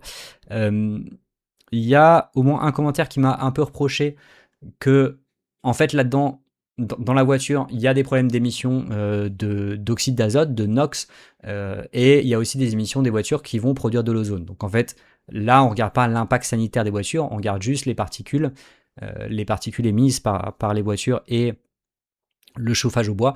Et si on voulait un proxy de l'impact sanitaire, il faudrait prendre en compte les autres émissions polluantes. C'est vrai, mais il y a quand même deux choses à garder en tête. La première, c'est qu'il y a d'autres émissions de polluantes sur le chauffage aussi. Un peu de NOx, mais pas tant que ça. Un peu de monoxyde de carbone, mais c'est plus un problème en intérieur. Il y a quand même des polluants organiques qui sont problématiques, des polluants cancérigènes notamment. Donc voilà, il faudrait aussi ajouter les autres polluants là-dessus. Et puis surtout, ce qu'il faut en garder en tête, c'est que les particules fines sont responsables de la majorité de l'impact sanitaire en France et ailleurs. Donc si vous arriviez, je ne sais pas si c'est possible, en tout cas j'avais pas les données facilement sous la main, mais si vous arriviez à faire cet impact total, global, je ne sais pas si ça changerait beaucoup le résultat qu'on voit ici. Après, le truc un peu éclaté, hein, je le dis dans la vidéo sur ce que je montre ici, c'est que je prends en compte de la chaleur apportée dans le bâtiment avec les rendements fumés d'un foyer ouvert. Ça voudrait dire passer 60 stères par an. Personne ne va faire ça. Ce qui va se passer, c'est que là, on va passer peut-être 10 stères et l'appart sera, enfin, le logement sera très peu chauffé par rapport aux autres moyens parce que c'est pas un bon moyen de chauffage, quoi. Mais bon, c'était surtout pour montrer un peu ce décalage entre chauffage au bois et voiture. Et en fait, même au moment de faire la vidéo, j'avais pas lu toutes les parties du CIETEPA qui viennent de sortir là sur la pollution de l'air, donc j'étais même pas tant conscient que ça du fait que ça va être un focus important des politiques publiques, y compris juste respect des engagements qui ont été pris par les textes en France, par les textes de l'Union européenne, etc. On doit réduire la pollution de l'air et ça peut pas se faire sans sans réduire la pollution due au chauffage au bois. Donc voilà, avec l'évolution un peu réglementaire, y compris des choses qui sont très récentes, hein. Là, on a plusieurs centaines de communes qui ont interdit les foyers ouverts au 1er janvier 2026. Donc c'est vraiment récent. C'est qui me spamme là? Alors, feed nota bene. Il y a cette thèse. Le poêle et le chauffage dans les châteaux forts de l'Est de la France et du sud-ouest de l'Allemagne. Fit nota bene. Au château, chaud tapas. Pas mal, trisystémique, j'apprécie. France froid avec la cheminée, Allemagne chaud avec le poêle. Intéressant. Il y a un beau poêle de masse dans le salon de ma grand-mère en Alsace.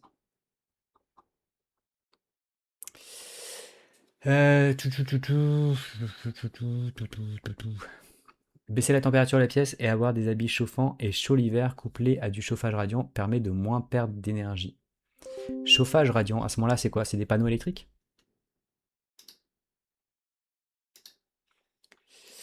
Donc là, c'était un peu la partie pollution de l'air. Je crois que j'ai fait le tour du petit résumé de la vidéo. Ça a pris autant de temps que de la regarder au final. Et il y avait une partie aussi sur un peu les projections, les différents plans. Alors, il y a quand même un truc. Il y a quand même un truc qui est drôle que j'aimerais bien vous montrer. Est-ce que j'ai traité les différents... Je crois que j'ai traité les différents retours aussi. Et après, je vais parler un peu des commentaires, etc. Il y a quand même un truc que j'aimerais bien vous montrer, c'est que je suis tombé... En fait, il y a un de mes rélecteurs assez tard qui m'a dit que ce rapport existait. Un rapport de Pour un réveil écologique qui font globalement du très bon travail. Et là, c'est sur le bois énergie. Qui est en phase avec ce que je raconte. Et il y a une des personnes qui a écrit le rapport qui a relu et je pense qu'on est plutôt d'accord. C'est un complément très intéressant parce que eux ils ont interrogé des experts forestiers et donc ils ont une vision différenciée par territoire et beaucoup plus de retours des gens du terrain que moi j'ai pas du tout. Et en fait ils font le choix de ne pas parler de l'impact climatique, de dire en fait voilà. Cette note n'a pas pour objet de donner un avis tranché pour ou contre le... C'est pas ce que je voulais lire. Bon bref, ce qui explique rapidement, c'est que considérer la question difficile de l'impact climatique qui m'a pris une vidéo et qui n'a pas permis de trancher, ça change pas grand chose à la question du bois. Donc vraiment, eux, ils ont pris le même sujet que moi et ils se sont dit, Ça, c'est trop compliqué, ça change pas grand-chose. On va laisser de côté, comme ça, on se prend pas trop la tête et on s'énerve pas trop avec des gens. Et donc, c'est intéressant, je pense, comme point de vue. Et puis après, ils ont une approche aussi beaucoup plus proposition de politique publique, etc. Donc ça, s'il y en a que ça intéresse parmi vous, je l'ai mis un peu en avant dans la vidéo, mais n'hésitez pas à aller voir. Il y a des choses plus opérationnalisables, même si ça peut être des enjeux un peu législatifs, économiques compliqués, par exemple sur les questions de morcellement des différentes parcelles, etc. Euh, donc voilà, je trouvais ça intéressant de voir que cette question de l'impact climatique, en fait, eux, ils ont dit c'est compliqué et discuter de ça, ça change pas tant que ça le résultat. Et si on posait la cheminée au centre de logement, ça changerait la donne en termes de rendement? Non. Bah en fait non, Paul Doumer, c'est vraiment juste une problématique de... En fait, si on prend sur les foyers ouverts, je vais le dire assez vite, et j'espère pas dire de bêtises, mais le gros de la problématique, c'est que le bois, quand tu vas le chauffer, ce que tu brûles, c'est pas le bois. Ce que tu brûles, c'est des molécules, monoxyde de carbone, méthane, des composés aromatiques, etc., qui vont être produits par le fait que tu chauffes le bois. Et donc ce que tu brûles, c'est des gaz qui sont dégagés par la bûche pour la vitre. Et ce qui va se passer, c'est que ces gaz, ben, ils vont pas être complètement brûlés. Et en plus, le fait que l'air chaud monte, ça va venir retirer la chaleur de, de la maison. Donc en fait, quand on dit le foyer ouvert, il a un rendement de 10%, c'est genre du contenu thermique de la bûche, il y a 10% qui finit dans la maison et 90% qui va directement dehors. Et du coup, comment on a amélioré les rendements des inserts, des poêles modernes, etc. C'est que ces gaz de pyrolyse, je pense qu'on peut dire ça, Ewin, effectivement, eh bien, ils sont réinjectés dans le foyer. Et si vous regardez un poêle ou un insert moderne, vous voyez des petits trous au fond et vous voyez que des flammes sortent de ces trous. Et pourquoi? C'est parce qu'on réinjecte ces gaz-là et vous les voyez qui brûlent. Et maintenant, il y a du double, voire des triples combustions. Et donc, c'est vraiment ça qui a amélioré le rendement, en plus d'une meilleure gestion du tirage, etc. Je suis pas de la technique sur le bois, donc je vous explique un peu avec les mains. Euh, des gens qui installent des poêles vous expliqueront mieux, mais c'est vraiment le mauvais rendement d'un foyer, c'est pas lié à sa position ou c'est pas lié au conduit, c'est vraiment lié au fonctionnement qui est nul. Rocket stove, ça rebrûle les gaz derrière, bah, c'est pour ça que c'est mieux que juste brûler directement, quoi. Ok. Ok. Donc je vous ai parlé un peu de tout ça. Est-ce que je reviens? Alors, il y a des personnes dans les commentaires aussi qui... Alors Navisla, je suis d'accord. Je pense que c'est un truc que j'avais un peu manqué, mais foyer ouvert, ça va être surtout un chauffage par radiation, je dirais par rayonnement. Mais effectivement, c'est surtout que la flamme est chaude et ça fait un rayonnement. Et c'est ça qui vous chauffe, c'est pas la conduction ou l'air chaud. Ce qui fait que vous pouvez être devant le foyer ouvert et avoir chaud par rayonnement. Mais la majorité de la chaleur, elle va finir dehors par convection notamment. Dans les commentaires, il y a aussi des personnes qui disent que les défauts du bois, c'est que c'est physique, c'est pas vrai, enfin c'est pas bien pilotable. Vous allez avoir des grosses variations à l'intérieur du logement. La chaleur, elle est assez difficile à régler. Ça peut être dangereux aussi, ça j'en ai pas parlé. Ça peut être dangereux, notamment pour des enfants en bas âge, etc. S'ils s'approchent du foyer, s'ils mettent la main sur la vitre du poêle, etc. Le risque de brûlure est plus élevé que si vous avez une pompe à chaleur RR, c'est à peu près sûr. Il faut de la place, pour entreposer, il faut de la place pour l'appareil, il faut de la place à l'intérieur parce qu'il faut rentrer le bois un peu avant. Et puis c'est salissant, il faut nettoyer l'âtre, vous allez avoir des débris de bois un peu partout, des cendres à gérer, etc. Et c'est vrai que je me suis pas trop étendu là-dessus, mais ça fait partie des défauts que les utilisateurs ont fait remonter dans certains commentaires. Je crois que j'ai parlé un peu du reste. Il y a la question de la sobriété qui revient aussi. Si on se chauffe moins, on en a parlé un peu ici. Si on chauffe les personnes, si on diminue la température de consigne, etc., c'est mieux. Si on habite des petits appartements, des petits logements, pardon. Je suis dans une maison, je suis mal placé pour dire ça. Si on habite des petits logements ou qu'on est plus nombreux, bah, il y a aussi une question d'avoir moins besoin de chauffage, de manière générale. Et voilà. Et donc oui, dans les défauts du bois, il y a aussi quelqu'un qui me disait, vu que c'est physique, que c'est salissant et tout, ben c'est pas facile pour tout le monde. Pour des personnes aux deux extrêmes des âges, ben c'est pas évident et c'est quelque chose. Voilà. Le et oui, je l'ai vu souvent celle-là. Mon grand-père me disait que le bois, ça chauffe 3 fois, quand tu le coupes, quand tu le ranges, quand tu le brûles. Et c'est assez juste. Le chat 84, on pourrait imaginer une cheminée dont le conduit parcourrait plusieurs pièces du logement avant de ressortir. Cela augmente significativement le rendement.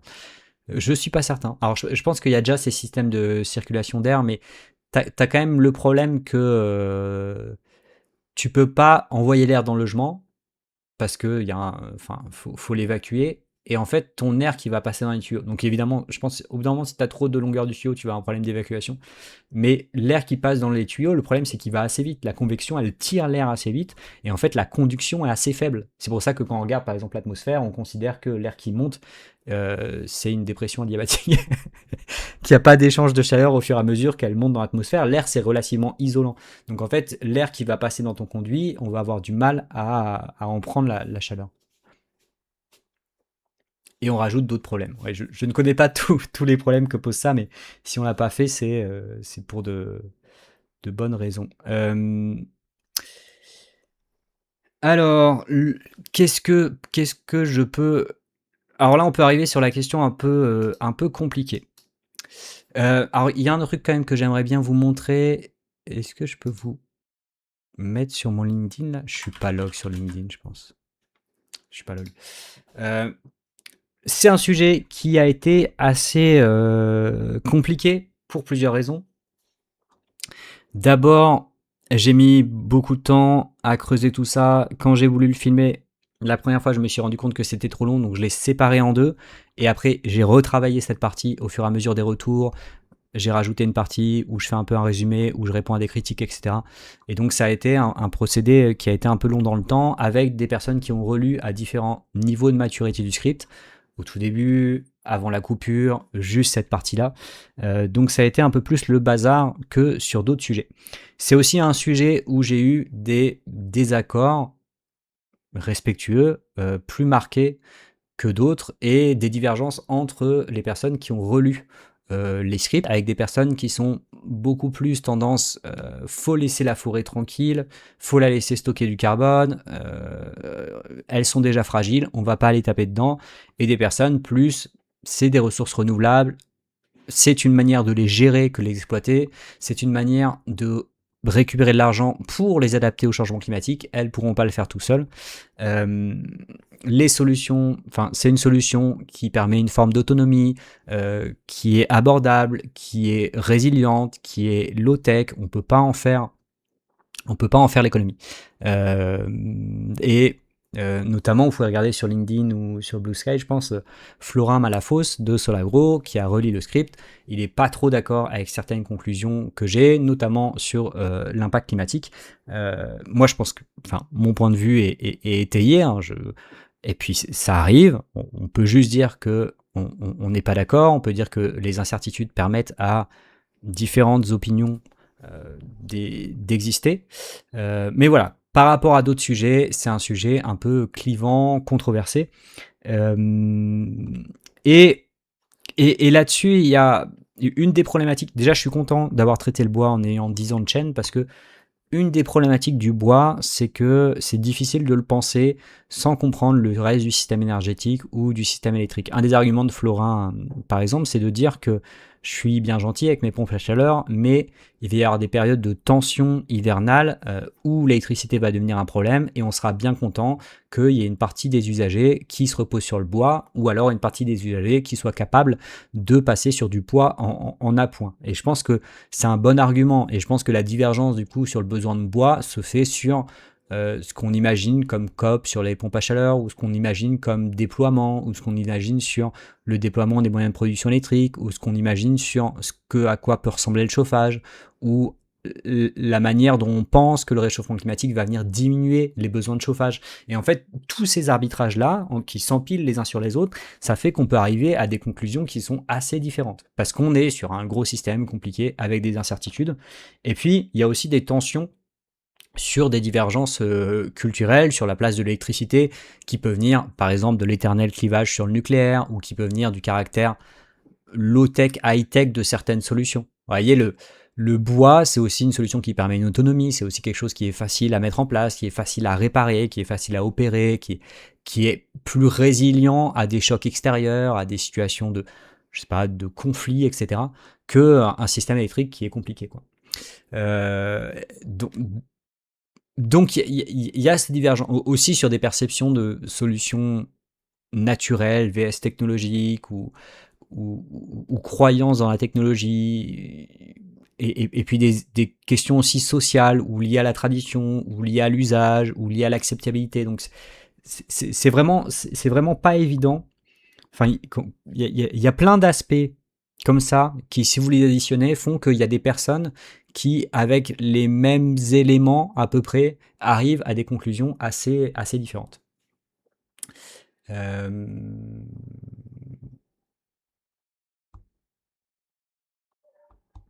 Est-ce qu'il y a des études sur ce qu'il se passe quand une forêt n'est plus viable économiquement, par exemple? Est-ce que le propriétaire la rase, etc. Alors, ça fait partie des controverses un peu. Je ne vais pas réussir à bien l'expliquer parce que je suis pas du terrain, mais l'idée, c'est que vous avez le droit de faire une coupe rase, par exemple, sur un peuplement qui est jugé en impact sanitaire, donc qui est dépérissant parce que conséquence du changement climatique, parce que mauvaise gestion, parce que et du coup il y a cette difficulté de à partir de quand on considère que c'est une impasse sanitaire. euh, et est-ce que ça justifie de le couper? Est-ce qu'il n'y a pas d'autres formes d'adaptation? Est-ce qu'il faut faire une coupe rase? Et qu'est-ce qu'on fait à la place? Est-ce qu'on fait une monoculture pour avoir des choses productives? Est-ce qu'on essaye de mettre en place une forêt résiliente? Et c'est quoi une forêt résiliente? C'est quoi une forêt résiliente quand là on est étonné chaque été de la sévérité de ce qu'on prend dans la tronche? Comment on fait pour se projeter dans ce que peut être un endroit dans 20 ans? Ça c'est des choses aussi où on a un peu des difficultés. On a des modèles climatiques qui sont plutôt bons à une échelle macro, et encore, vous savez qu'il y a des incertitudes importantes, notamment sur la sensibilité climatique, etc. Mais quand on descend à une échelle plus micro, on a de vraies difficultés. Et donc les controverses sur l'exploitation forestière, elles croisent d'autres controverses sur des questions de comment on adapte les forêts, comment on prend en compte au mieux la biodiversité, comment le climat va évoluer à telle ou telle échelle. En tout cas, il y a un argument, parmi les arguments pro-exploitation, entre guillemets, qui me paraissent les plus justes, il y a cette idée de si on exploite, ça permet de dégager des revenus, ça fait qu'on fait attention à ces surfaces, et ça peut permettre de payer l'adaptation des forêts ou leur protection à des aléas, notamment aux incendies. Si on commence à dire euh, ce truc a un impact sanitaire, il n'y a pas de valeur, on n'a plus les moyens d'y faire attention et que ça part en fumée, on a tout perdu aussi. Donc là, il y a un argument, à mon avis, qui est entendable, sachant que moi, je ferais plutôt partie des personnes qui pensent que le bois pose des problèmes de pollution de l'air. Et donc pour ça, il faudrait les diminuer un peu sur le particulier. On pourrait décaler sur les réseaux de chaleur, qui est un des trucs les plus décriés en vrai, hein, quand vous regardez, je sais pas, partager, c'est sympa par exemple. Souvent, ce qui est décrié, c'est les gros usages industriels et tout, alors que du point de vue de la pollution de l'air, ça peut être une manière de gérer ces pollutions-là par rapport à une multitude d'appareils dispersés chez les gens. Donc, mais il peut y avoir des problèmes liés à ça, parce qu'après, il faut les volumes derrière, est-ce qu'on les a localement et tout, c'est un calcul qui se fait localement et qui n'est pas du tout évident. Mais utiliser du bois dans ce type de contexte pour des réseaux de chaleur, par exemple, où il y a une hybridation des énergies et où dans les situations de tension, on peut faire appel au bois, et où dans les situations plus tranquilles, on fait tourner les pompes à chaleur quand les lecs est bas carbone, ça peut avoir du sens. Donc moi, je serais plutôt essayer de gérer les forêts pour stocker le carbone et les laisser un peu tranquilles parce qu'il y a la problématique de la pollution de l'air et qu'il y a des alternatives qui me paraissent préférables. Mais si on fait ça et que du coup on n'a pas les moyens de les gérer convenablement, de payer l'adaptation, de payer leur protection, il y a un peu une impasse de ce côté-là. Donc c'est vraiment pas facile, hein, ce sujet. Je sais pas si vous l'avez ressenti comme ça, la vidéo. Bon, clairement, il y a un problème avec les vieux appareils. Il y a ce truc de ayant quelques doutes sur la pertinence climatique, je peux difficilement le conseiller. C'est pas quelque chose que je peux baquer, alors que je peux vous dire que si vous faites plus de 10 000 km par an en voiture, une électrique c'est mieux, quoi. J'ai pas trop à sourciller. Là, si vous me dites j'hésite entre un poêle et une pompe à chaleur, j'aurais du mal à vous conseiller le poêle. Mais après, au niveau vraiment plus méta de qu'est-ce qu'on fait pour la forêt, je suis un peu perdu, hein. Notamment sur ces questions de réponse au changement climatique dont vraiment j'ai pris conscience. Ça a été un des trucs dont j'ai pris conscience dans les vidéos, c'est que le changement climatique fait déjà très mal à certaines de nos forêts. On en voit déjà les impacts. Et là, dire ça aujourd'hui, si vous regardez les arbres un peu en dehors de chez vous, ça sera assez évident. Mais voilà. D'ailleurs, dans ma ville, ils avaient planté quelques petits arbres dans les parcs, là, il y a, je sais pas, peut-être 1 an et demi, 2 ans. Et il y en a une partie qui sont morts là, quoi, qui avaient tenu jusque-là. Euh, Et je vais essayer de prendre les questions. Est-ce qu'un bon argument, sachant que le cheval électrique n'existe plus avec les packs et qu'il demande des plus... La pointe hivernale sur la question de la pompe à chaleur et est-ce que le réseau électrique tiendra. Je fais partie des gens relativement confiants en mode on verra au fur et à mesure. Pas besoin de faire de plan sur la comète. Pour l'instant, on est dans une situation où j'ai l'impression que les marges sont suffisantes, c'est ce que dit RTE, etc. Et on verra au fur et à mesure. J'ai l'impression que dans les acteurs les plus pessimistes, on sous-estime un peu le coefficient de performance des pompes à chaleur, mais je peux me planter moi aussi là-dessus. Et j'ai l'impression aussi que on sous-estime un peu un truc, c'est que le climat se réchauffe et les besoins de chauffage diminuent. Donc ça va un peu dans notre sens. Après, ça reste une question où il y a des grosses divergences et on peut les entendre. C'est parce que s'il fait froid, on peut avoir des tensions sur le réseau. S'il fait froid, la pompe à chaleur elle est moins efficace. À quel point moins efficace, c'est un peu le fight, quoi. Mais c'est un argument qui s'entend en tout cas. Navislide, il dit autre avantage pour les pompes à chaleur avec sol chauffant, on peut les couper sur les pics de conso. Ouais, c'est vrai. Mais moi, enfin,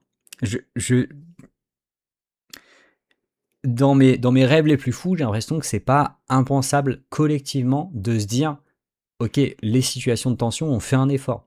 C'est 1 semaine, 2 semaines par an, on fait un effort. Et en fait, quand on demande aux gens de faire des efforts, parce qu'on a déjà eu des situations de tension, ils en font. Après, on a tous les discours, c'est le retour au tiers-monde et tout. Ça me paraît pas impensable de se dire, pour que collectivement, on ait moins d'impact écologique, pour que collectivement, ça nous coûte moins cher, il y a quelques jours dans l'année où on accepte d'avoir un peu plus froid, on accepte de faire un peu moins la cuisine.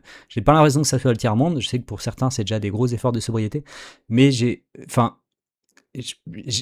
si en 2060 on vit dans une société où on a mis en place ce genre d'effort collectif, ça me paraîtrait assez naturel en fait. De se dire, il y a des moments où l'électricité, il y en a à balle, on fait un peu ce qu'on veut, on balance un peu ce qu'on veut, il y a des moments où c'est plus tendu, on fait attention. Peut-être qu'on y viendra, notamment avec les offres de tarification, type tempo, etc., qui feront prendre conscience de ça, mais c'est pas impossible que culturellement on se déplace vers là aussi, parce que le gain il est intéressant, même économiquement, ça veut dire moins de moyens de pointe, moins de stockage, le coût de faire n'importe quoi quand on veut, il est relativement élevé. Le gain à faire un peu attention, il me paraît justifié. Leptonix dit, tu veux dire que parmi tes lecteurs, il y avait une opposition entre ceux qui voyaient premièrement la biodiversité et ceux qui voyaient premièrement le climat. C'est une opposition classique, je trouve. Quand bien même tout le monde est d'accord pour dire que le réchauffement climatique menace la biodiversité. C'était même pas biodiversité contre climat, des fois c'était des paris différents sur d'autres technologies ou d'autres secteurs, par exemple l'agriculture, qui amènent à une conclusion différente. Donc des fois, c'est même pas une question d'arbitrage, c'est de se dire qu'est-ce que je peux vous donner comme exemple. La question de l'adaptation au changement climatique, elle est assez intéressante, c'est de se dire pour adapter, il y a des personnes qui imaginent que les forêts vont pouvoir s'adapter plus facilement et d'autres qui imaginent qu'il y a besoin de plus d'intervention humaine. S'il y a besoin de plus d'intervention humaine, il y a une question des moyens à mettre sur la table qui se pose et une manière de les financer, c'est d'exploiter les forêts. Et dans ce cas-là, il vaut mieux le faire plutôt pour de la matière, etc. Et donc, pour la même question qui est de préserver les forêts d'un point de vue climat et biodiversité, on se retrouve avec des personnes qui disent faut les laisser tranquilles pour leur laisser s'adapter, ou alors faut les exploiter parce que ça permet de les aider à s'adapter et de financer ça. J'exagère un peu, c'est pas aussi tranché, mais j'ai quand même l'impression qu'il y a ces deux tendances qui existent. Et au final, typiquement sur l'adaptation des forêts, j'en parlais un peu dans la précédente vidéo, on a des grosses inconnues parce que il y a des modèles qui existent, on projette un peu les aires de répartition de différentes espèces avec comment elles arrivent à survivre aujourd'hui dans des conditions de température et d'eau, mais on a aussi des indications qui montrent que leur existence actuelle, ben, si le climat change un peu, elles peuvent s'adapter. Il y a d'autres gènes qui s'expriment, où elles trouvent d'autres solutions, où il y a une forme de sélection. Et donc, si on fait juste ces cartes, on sous-estime un peu l'adaptation des forêts. Mais après, enfin bon, c'est compliqué. Mookie, il n'y a pas des usages alternatifs au bois autres que la combustion. Si, c'est ce que je disais, c'est le consensus un peu politique et même de mes différents interlocuteurs, c'est quand même que le bois matière, c'est mieux. Le problème, c'est que derrière, on manque encore de débouchés, de filières, de subventions pour aller dans cette direction. Pareil, c'est un sujet qui mériterait d'être beaucoup plus creusé, mais j'ai l'impression, en ayant survolé un peu la question, que on pourrait construire beaucoup plus avec du bois. On pourrait faire des plaques de bois, par exemple, à la place des plaques de placo. Ça voudrait dire un peu moins d'extraction, ça voudrait dire qu'on fait plus de stockage de carbone dans les bâtiments, ça peut avoir d'autres intérêts. J'ai pas regardé tous les pour et les contre, mais c'est pas impossible qu'on ait plus d'objets en bois autour de nous, y compris dans les bâtiments.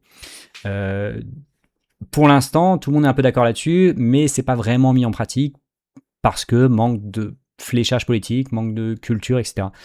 Et même là-dessus, il y a des controverses. Il y a des personnes qui disent, ok, mais on va faire ça de bois et à côté, ça nous donnera avec les coproduits ça de bois énergie. Donc c'est bien de garder le bois énergie et il faut le pousser parce que ça permet de faire vivre la filière bois, parce que ça permet de valoriser les coproduits.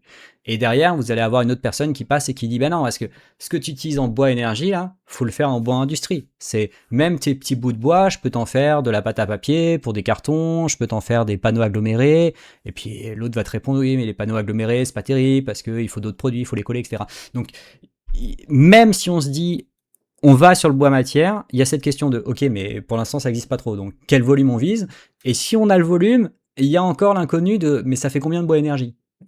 Parce que des petits bois, on peut les brûler on peut en faire des granulés, mais on peut en faire d'autres choses. On peut en faire d'autres choses. Et donc voilà, ça fait partie des questions un peu ouvertes. Et puis aussi liées à la manière dont on exploite. Hein. Je vous l'ai dit, quand on fait des troncs de gros diamètre, on va avoir des coupes d'éclaircies. Et donc ça, est-ce qu'on en fait du bois d'industrie? Est-ce qu'on en fait du bois énergie? En plus, il y a des grosses variations locales. Il y a des endroits où la filière de bois d'industrie, elle est très implantée, des endroits où pas du tout. Et donc, si on veut faire du bois matière pour du bâtiment, par exemple, et qu'on a supprimé le bois industrie parce que le réveilleur a dit que c'était pas bien la pollution de l'air, supprimer le bois énergie parce que le réveilleur a dit c'est pas bien la pollution de l'air, bah, la filière industrielle, elle tient pas parce qu'elle peut pas vendre une partie de ses coproduits. Donc, c'est compliqué. Donc là-dessus, je pense là-dessus, pour un rêve écologique, ils ont des propositions assez intéressantes, notamment en disant que l'implantation de nouvelles solutions de bois énergie, notamment des grosses unités de production, ne peut se faire qu'en accord avec, je crois, le préfet, si la ressource est jugée suffisante et qu'elle n'entre pas en compétition avec du bois matière, etc., etc. Mais on entre à un niveau de complexité et surtout de granulométrie que je peux pas trop aborder dans la vidéo. Dans ce cas-là, l'arbitrage entre différents projets d'utilisation de bois se fait localement en fonction de la ressource disponible, avec la difficulté de la ressource disponible, comment sa disponibilité évolue avec l'évolution locale du climat. Bon, reste que, en ayant beaucoup travaillé sur le bois, je serais plus prudent qu'avant sur cette question, notamment je pense que je surestimais l'intérêt climatique, je sous-estimais la question de la pollution de l'air, je sous-estimais l'impact du changement climatique sur les forêts, donc j'ai un peu déchanté sur la question du bois, mais je reste perclus d'incertitudes et surtout, je pense que c'est assez clair que ça reste préférable à des ressources fossiles et c'est assez clair aussi que c'est une source d'énergie qui est importante, voire indispensable pour des populations défavorisées dans la ruralité. Ça peut être une manière d'utiliser du bois issu d'entretien ou de déchets dont il faudrait se débarrasser. Avec la question climatique de est-ce que c'est pas mieux juste de le poser là, comme ça fait un petit stockage de carbone, c'est mieux pour la biodiversité, voilà, on est reparti, mais je comprends très bien l'intérêt du bois, je comprends que c'est mieux que les ressources fossiles, mais c'est pas sans limite, et ce pas sans limite, je trouve que je vois plus les limites en ayant travaillé des mois dessus que ce que j'intuitais avant de mettre les mains dans le cambouis.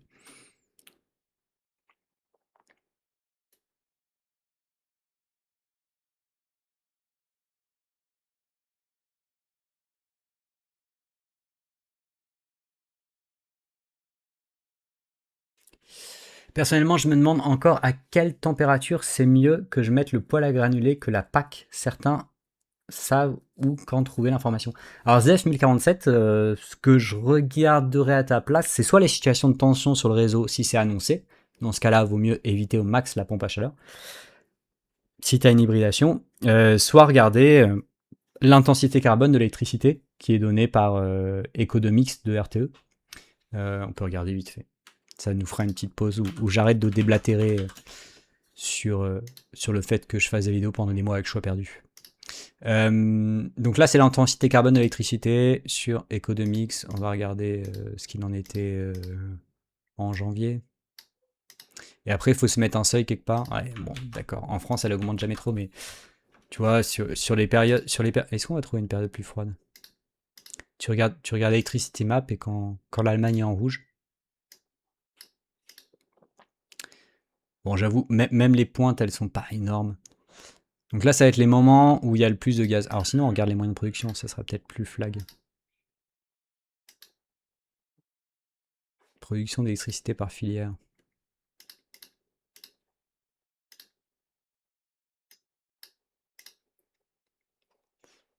Ah, on a eu un hiver assez sympa. Donc quand il y a plus de gaz comme ça, il y a toujours un petit bandeau parce qu'il y a de la cogénération. Donc il y a toujours un petit bandeau, mais tu vois qu'il y a des moments où le gaz est en marginal. Là. Quand tu as des gros pics de gaz comme ça, tu peux te dire que si toi tu diminues la pompe à chaleur et que tu passes sur ton poêle à granulés ou ton insert au bois ou whatever, bah c'est ça de moins de gaz qui est brûlé, quoi. Je pense que dans une situation pour ce genre de calcul, c'est un des rares cas où l'approche marginale me paraît justifiée. Et après, je sais pas, faudrait que je fasse une vidéo là-dessus. Parce que je pense que ça peut s'automatiser. Je pense que tu peux te faire envoyer un message. Parce que je crois qu'il y a une API et je pense que par exemple tu peux l'avoir dans Home Assistant, ce genre de signal. Tu pourrais te faire envoyer un message qui te dit, ben voilà, quand tu passes les, quand tu passes 2 ou 2,5 mégawatts de gaz, on t'envoie un petit message et tu passes de l'un à l'autre. Je sais pas si ça répond à ta question, ZEF 1047, mais dans cette situation, je ferai ce type de calcul. Petit Bouchin dit, oui, les efforts collectifs, ça a marché en 2022. Cibourse dit oui, mais il faut pas que ce soit les pauvres qui font cet effort. Bah, Cibourse, moi je pensais vraiment à un effort un peu de tout le monde. Après, c'est toujours ce jeu de si on demande des efforts, t'as tout intérêt à ce que les autres le fassent et pas à toi de le faire. Mais on voit qu'en 2022, il y a quand même pas mal de gens qui jouent le jeu. Et c'est intéressant d'avoir des retours, une genre de. 2022, c'est un bon exemple. C'est un bon exemple. Il y a eu des situations de tension qui étaient craintes et il y a eu ce genre d'appel et on a vu une diminution volontaire en fait.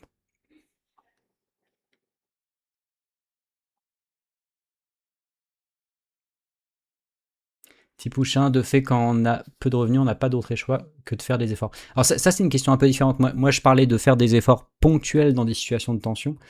Pour l'instant, on n'est pas dans une situation où dans les situations de tension, on fait payer plus cher. Donc c'est pas, il n'y a pas une rétroaction économique qui se fait juste parce que les pauvres sont plus pauvres. C'est les pauvres sont plus pauvres, donc tout l'hiver ils ont du mal à se chauffer. Et moi je parle sur des situations spécifiques de faire un effort volontaire. C'est deux questions un peu différentes.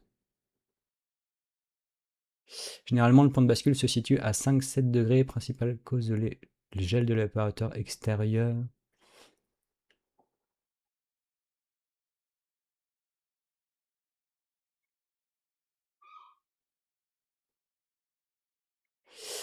Tri systémique, la question de la filière industrielle, du bois, c'est un peu difficile. Je ne saurais pas bien de répondre. Faudrait regarder plutôt au point écologique, comment ils en parlent.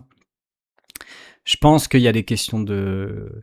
En tout cas, moi, ce que j'ai lu, c'est que il y a eu des fonds chaleur, etc., pour le développement industriel ou réseau de chaleur du bois. Il y a eu des fonds aussi pour aider les individus à changer leurs équipements de chauffage quand ils avaient des équipements vétustes. Et même dans le cadre de MaPrimeRénov', je pense que les chauffages au bois sont et ont été subventionnés. Et par contre, il n'y a pas eu encore beaucoup de choses construites pour essayer de simuler le bois matière. Et ça devrait se faire à plusieurs niveaux, à l'échelle industrielle, mais aussi à l'échelle des connaissances. Je ne sais pas si on a beaucoup de connaissances sur construire en bois, par exemple. Il y a d'autres pays qui sont plus avancés que nous. Et il y a une une culture qui va avec. Si tu fais des panneaux de bois mais que personne ne les pose, il y a un problème. Donc c'est une évolution qui est pas évidente, je pense. C'est une évolution qui est pas évidente et pour l'instant, il y a un décalage entre des textes qui expliquent cette hiérarchie du bois au niveau européen et français et l'intérêt du bois matière. Et puis, bah, sur le terrain, il n'y a pas tant que ça. Après, si tu me dis où est-ce qu'il manque des engrenages, des rouages et où est-ce qu'il faut agir, faudrait que je fasse vraiment une vidéo sur le bois matière dans la construction, par exemple, pour pouvoir te répondre plus précisément.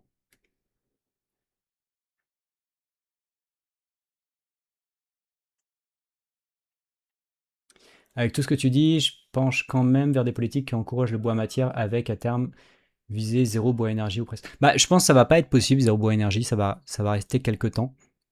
Et après, un argument de Florin, par exemple, ça serait de dire qu'il y aura toujours des situations de tension où ça peut être intéressant d'avoir des énergies alternatives. Donc ça veut dire de l'hybridation chez une partie d'utilisateurs.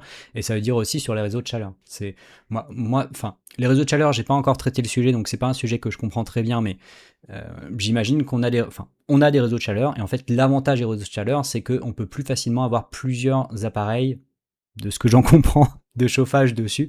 Et donc, sur des situations difficiles, on pourra avoir une réserve de bois solide, quelque part, un stockage voilà, chimique d'énergie, et les utiliser dans ces situations de tension. Ça peut être une flexibilité intéressante pour la production d'énergie en France.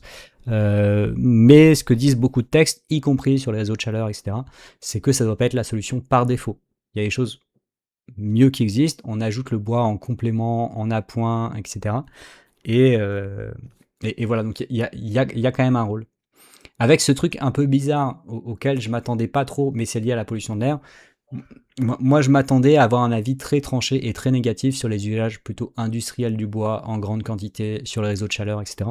Et au final, on se rend compte que pour des raisons notamment de pollution de l'air, qu'il y a une logique à avoir assez peu d'appareils qu'on peut traité, régulé, même si ça veut dire que localement, on va brûler pas mal de bois. Et si vous regardez ce qui se passe sur des grosses chaudières en bois pour réseau de chaleur, vous avez les voisins, par exemple, qui se plaignent parce que bah, ça fait beaucoup de volume de bois. Et ça, on le voit pas quand c'est chacun qui se fait livrer quelques stères chez lui. Par contre, si vous faites livrer ces quelques stères fois beaucoup de gens à un seul endroit, vous les voyez passer, quoi. Et souvent, ça choque pas mal pour ça, et aussi parce que bah, si vous avez des gros volumes, il y a une demande qui est importante, il peut y avoir des biais sur l'exploitation, etc. Donc, pas facile, mais ça aurait été plus facile pour moi, d'un point de vue un peu démagogique, de pouvoir critiquer les grosses installations plutôt que d'avoir à y trouver un intérêt ou une logique. Date, est-ce qu'il est toujours plus pertinent de regarder l'intensité carbone française plutôt qu'européenne, ou en tout cas des voisins interconnectés, dans l'idée de prendre le maillon le plus faible de la chaîne de valeur? C'est une bonne question, date. Effectivement, moi je pense que regarder le gaz en marginal, c'est un bon repère pour la France. Après, c'est vrai que tu pourrais regarder Electricity Map par exemple, et si ça existe encore, ça fait longtemps que j'y ai pas été. Et regarder un peu ce qui se passe chez les voisins. Mais là, je sais pas si c'est automatisable, s'il y a une API ou quoi. Donc, il faut regarder aussi quand les voisins en électricité vraiment, vraiment pire. Et alors, il faudrait regarder quoi. Si c'est les voisins qui nous fournissent et qui sont dégueux, et si on exporte mais pas au max. Mais ça complique pas mal les choses là.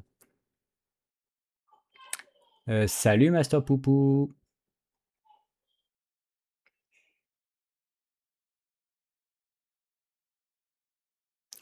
Ah, si t'as le COP en temps réel, t'as de la chance, hein, parce que moi, c'est un gros défaut de ma pompe à chaleur RR, et j'ai l'impression des pompes à chaleur RR en général, c'est que j'ai pas le COP, ce qui est extrêmement frustrant. J'aimerais bien bidouiller un peu tout ça et voir un peu les limites du truc, ou même, j'ai ce problème encore on a des études de terrain qui donnent les COP pour les packs RO, on a des données assez fiables, je pense, et sur le RR, on n'a pas grand-chose. Je suis un peu...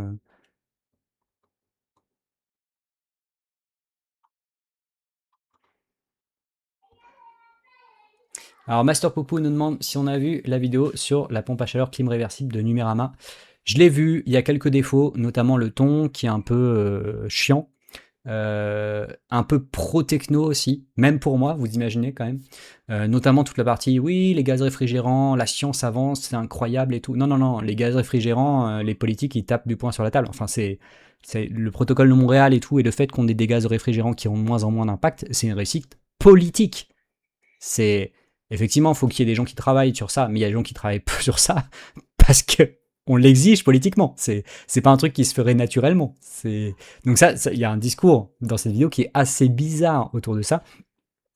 Et après, sur les questions de l'impact relativement limité, des rejets de chaleur et tout, c'est pas si mal.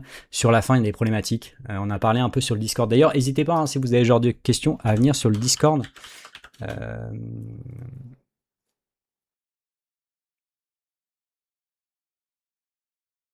Et je crois que le lien est pété. Attendez, je vais vous donner un autre lien. Donc si tu viens sur le Discord, on a eu quelques retours là-dessus, et n'hésite pas si tu as besoin de compléments. C'est pas si mal.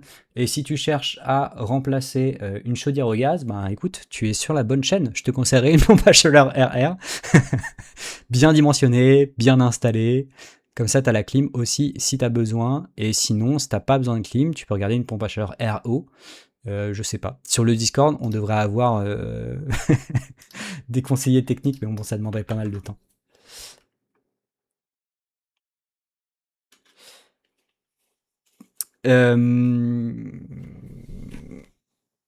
Alric 38, ayant une maison très mal isolée, seul le bois me permet de résister au grand froid. Pour moi, il n'existe aucun substitut dans ce cas, le reste du temps en élec. Pour moi, un poêle à plus haute température, donc quand il fait très froid, génère moins de particules. Ouais, bah dans ce cas-là, il y a une première réponse à ça qui est... moi, je ne suis pas certain qu'une pompe à chaleur ne fonctionne pas dans cette situation, c'est juste que tu aurais besoin d'une grosse puissance. Et donc là, effectivement, l'alternative, quelque part, elle serait plus coûteuse pour toi. C'est plutôt, à mon avis, là que l'arbitrage va se faire. Et donc, dans ce cas-là, ben, si tu as une maison vraiment mal isolée, c'est vrai que le bois étant très abordable au kilowattheure, ça devient économiquement une des seules alternatives. Tu es peut-être dans une situation où l'isolation serait pertinente, mais c'est vrai que c'est un coût. Donc, ça, on en reviendra quand on parlera d'isolation. Attendez, je vais prendre un peu les questions et moi je vais arrêter à peu près à 19h, donc je vais pas trop traîner. Master Papou, si tu as encore des questions, n'hésite pas à passer sur le Discord. Rodolphe a une entreprise de clim IMO. Dans mes moments de désillusion sur la chaîne YouTube, je me demande ce que je devrais faire et je me dis, ouais, peut-être les pompes à chaleur, les gars, en vrai. Je me reconvertis, je pense des pompes à chaleur, j'ai l'impression de vraiment détruire des émissions de CO2.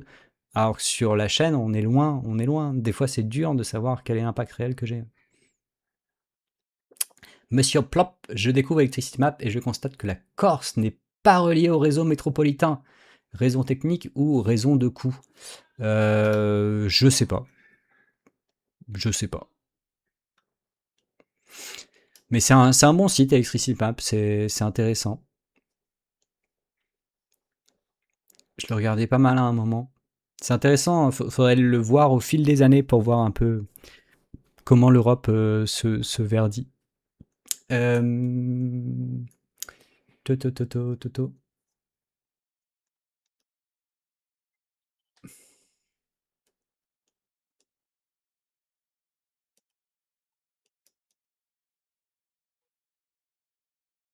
Poyoyo, coucou, je sors du lurk pour dire merci pour les vidéos, les streams. Ben, de rien, de rien, de rien.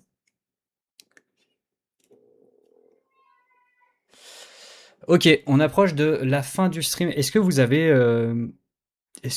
avez d'autres choses? Des questions? Vous pouvez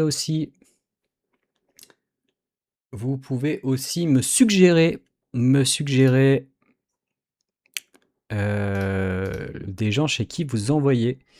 Sinon, je vais vous envoyer chez OAMGui, ça peut être pas mal.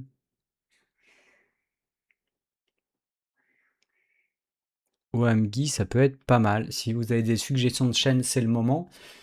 Et sinon, sinon, je vais vous envoyer chez OAMGui. Alors, il y a deux choses. Je sais pas combien vous êtes là, 71, c'est pas mal.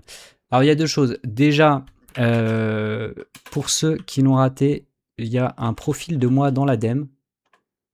Je sais plus où c'est. Mais je me la suis déjà. Je me suis déjà grave pété la dernière fois.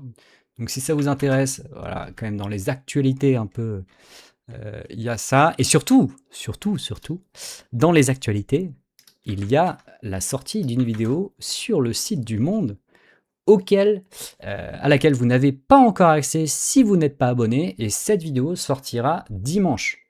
Dimanche sort sur la chaîne YouTube du Monde une vidéo qu'on a mis très longtemps à faire avec l'ami Maxime de la chaîne Philoxime sur la tarification du carbone, prix du carbone, taxe carbone, etc. Et là, on parle notamment de l'ETS et de l'évolution de l'ETS, donc le marché carbone européen, qui est un enjeu politique extrêmement important pour la lutte contre le changement climatique.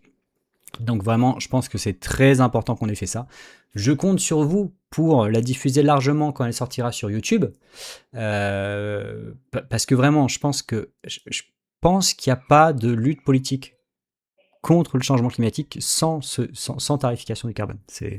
Je dis pas que c'est suffisant, mais je dis que c'est indispensable et nécessaire. C'est mon niveau de conviction quand même, vous le sentez là. Donc voilà, on a mis vraiment beaucoup de temps à faire ce sujet avec Maxime. On espère que la vidéo fonctionnera bien, malgré une sortie en juillet. Déjà, on a été sauvé par le fait que, je suis désolé, mais la défaite de l'équipe de France nous évite qu'elle sorte le jour de la finale et se fasse éclipser par ça.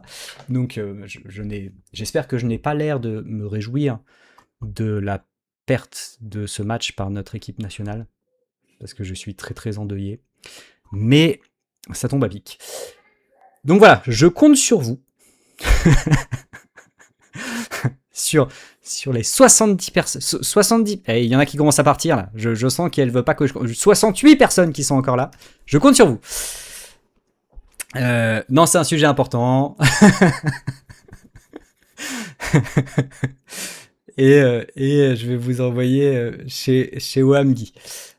Donc ça, c'est quand même une grosse actualité, gros projet, ça va bien fonctionner. Et je vous dis ça aussi parce que on fera un live post-publication dans la foulée, mercredi prochain, à 17h, sur cette vidéo du Monde, comment elle a été reçue, etc. Moi, je suis très content de pouvoir continuer à travailler avec eux.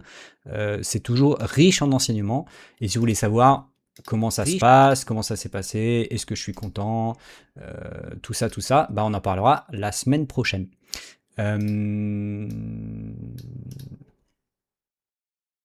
Ouais, je fais pas mal de stream. Et donc la semaine prochaine, il y aura un stream mercredi et un stream vendredi. Ça fait pas mal de choses. Et du coup, bah, vous aurez la clim en décembre. Hein. Qu'est-ce que vous voulez que je vous dise? On peut pas être devant tous les écrans en même temps.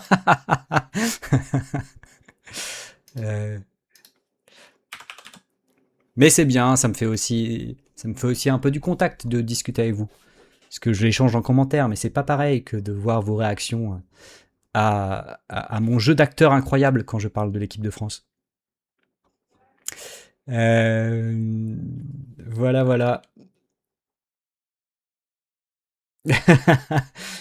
Mon public réunionnais. Ok, sympa. Donc je vous envoie chez OAMGI. Merci beaucoup d'être resté là, de m'avoir écouté, de trouver de l'intérêt dans mon travail, de le soutenir, d'échanger avec moi pour me sortir de ma solitude de vidéaste sur internet. Et on se retrouve la semaine prochaine pour cette excellente vidéo du Monde, vidéo dont vous allez faire la publicité dès sa sortie sur YouTube dimanche, j'en suis maintenant certain. Allez, à la semaine prochaine et bonne soirée, bonne semaine à tous.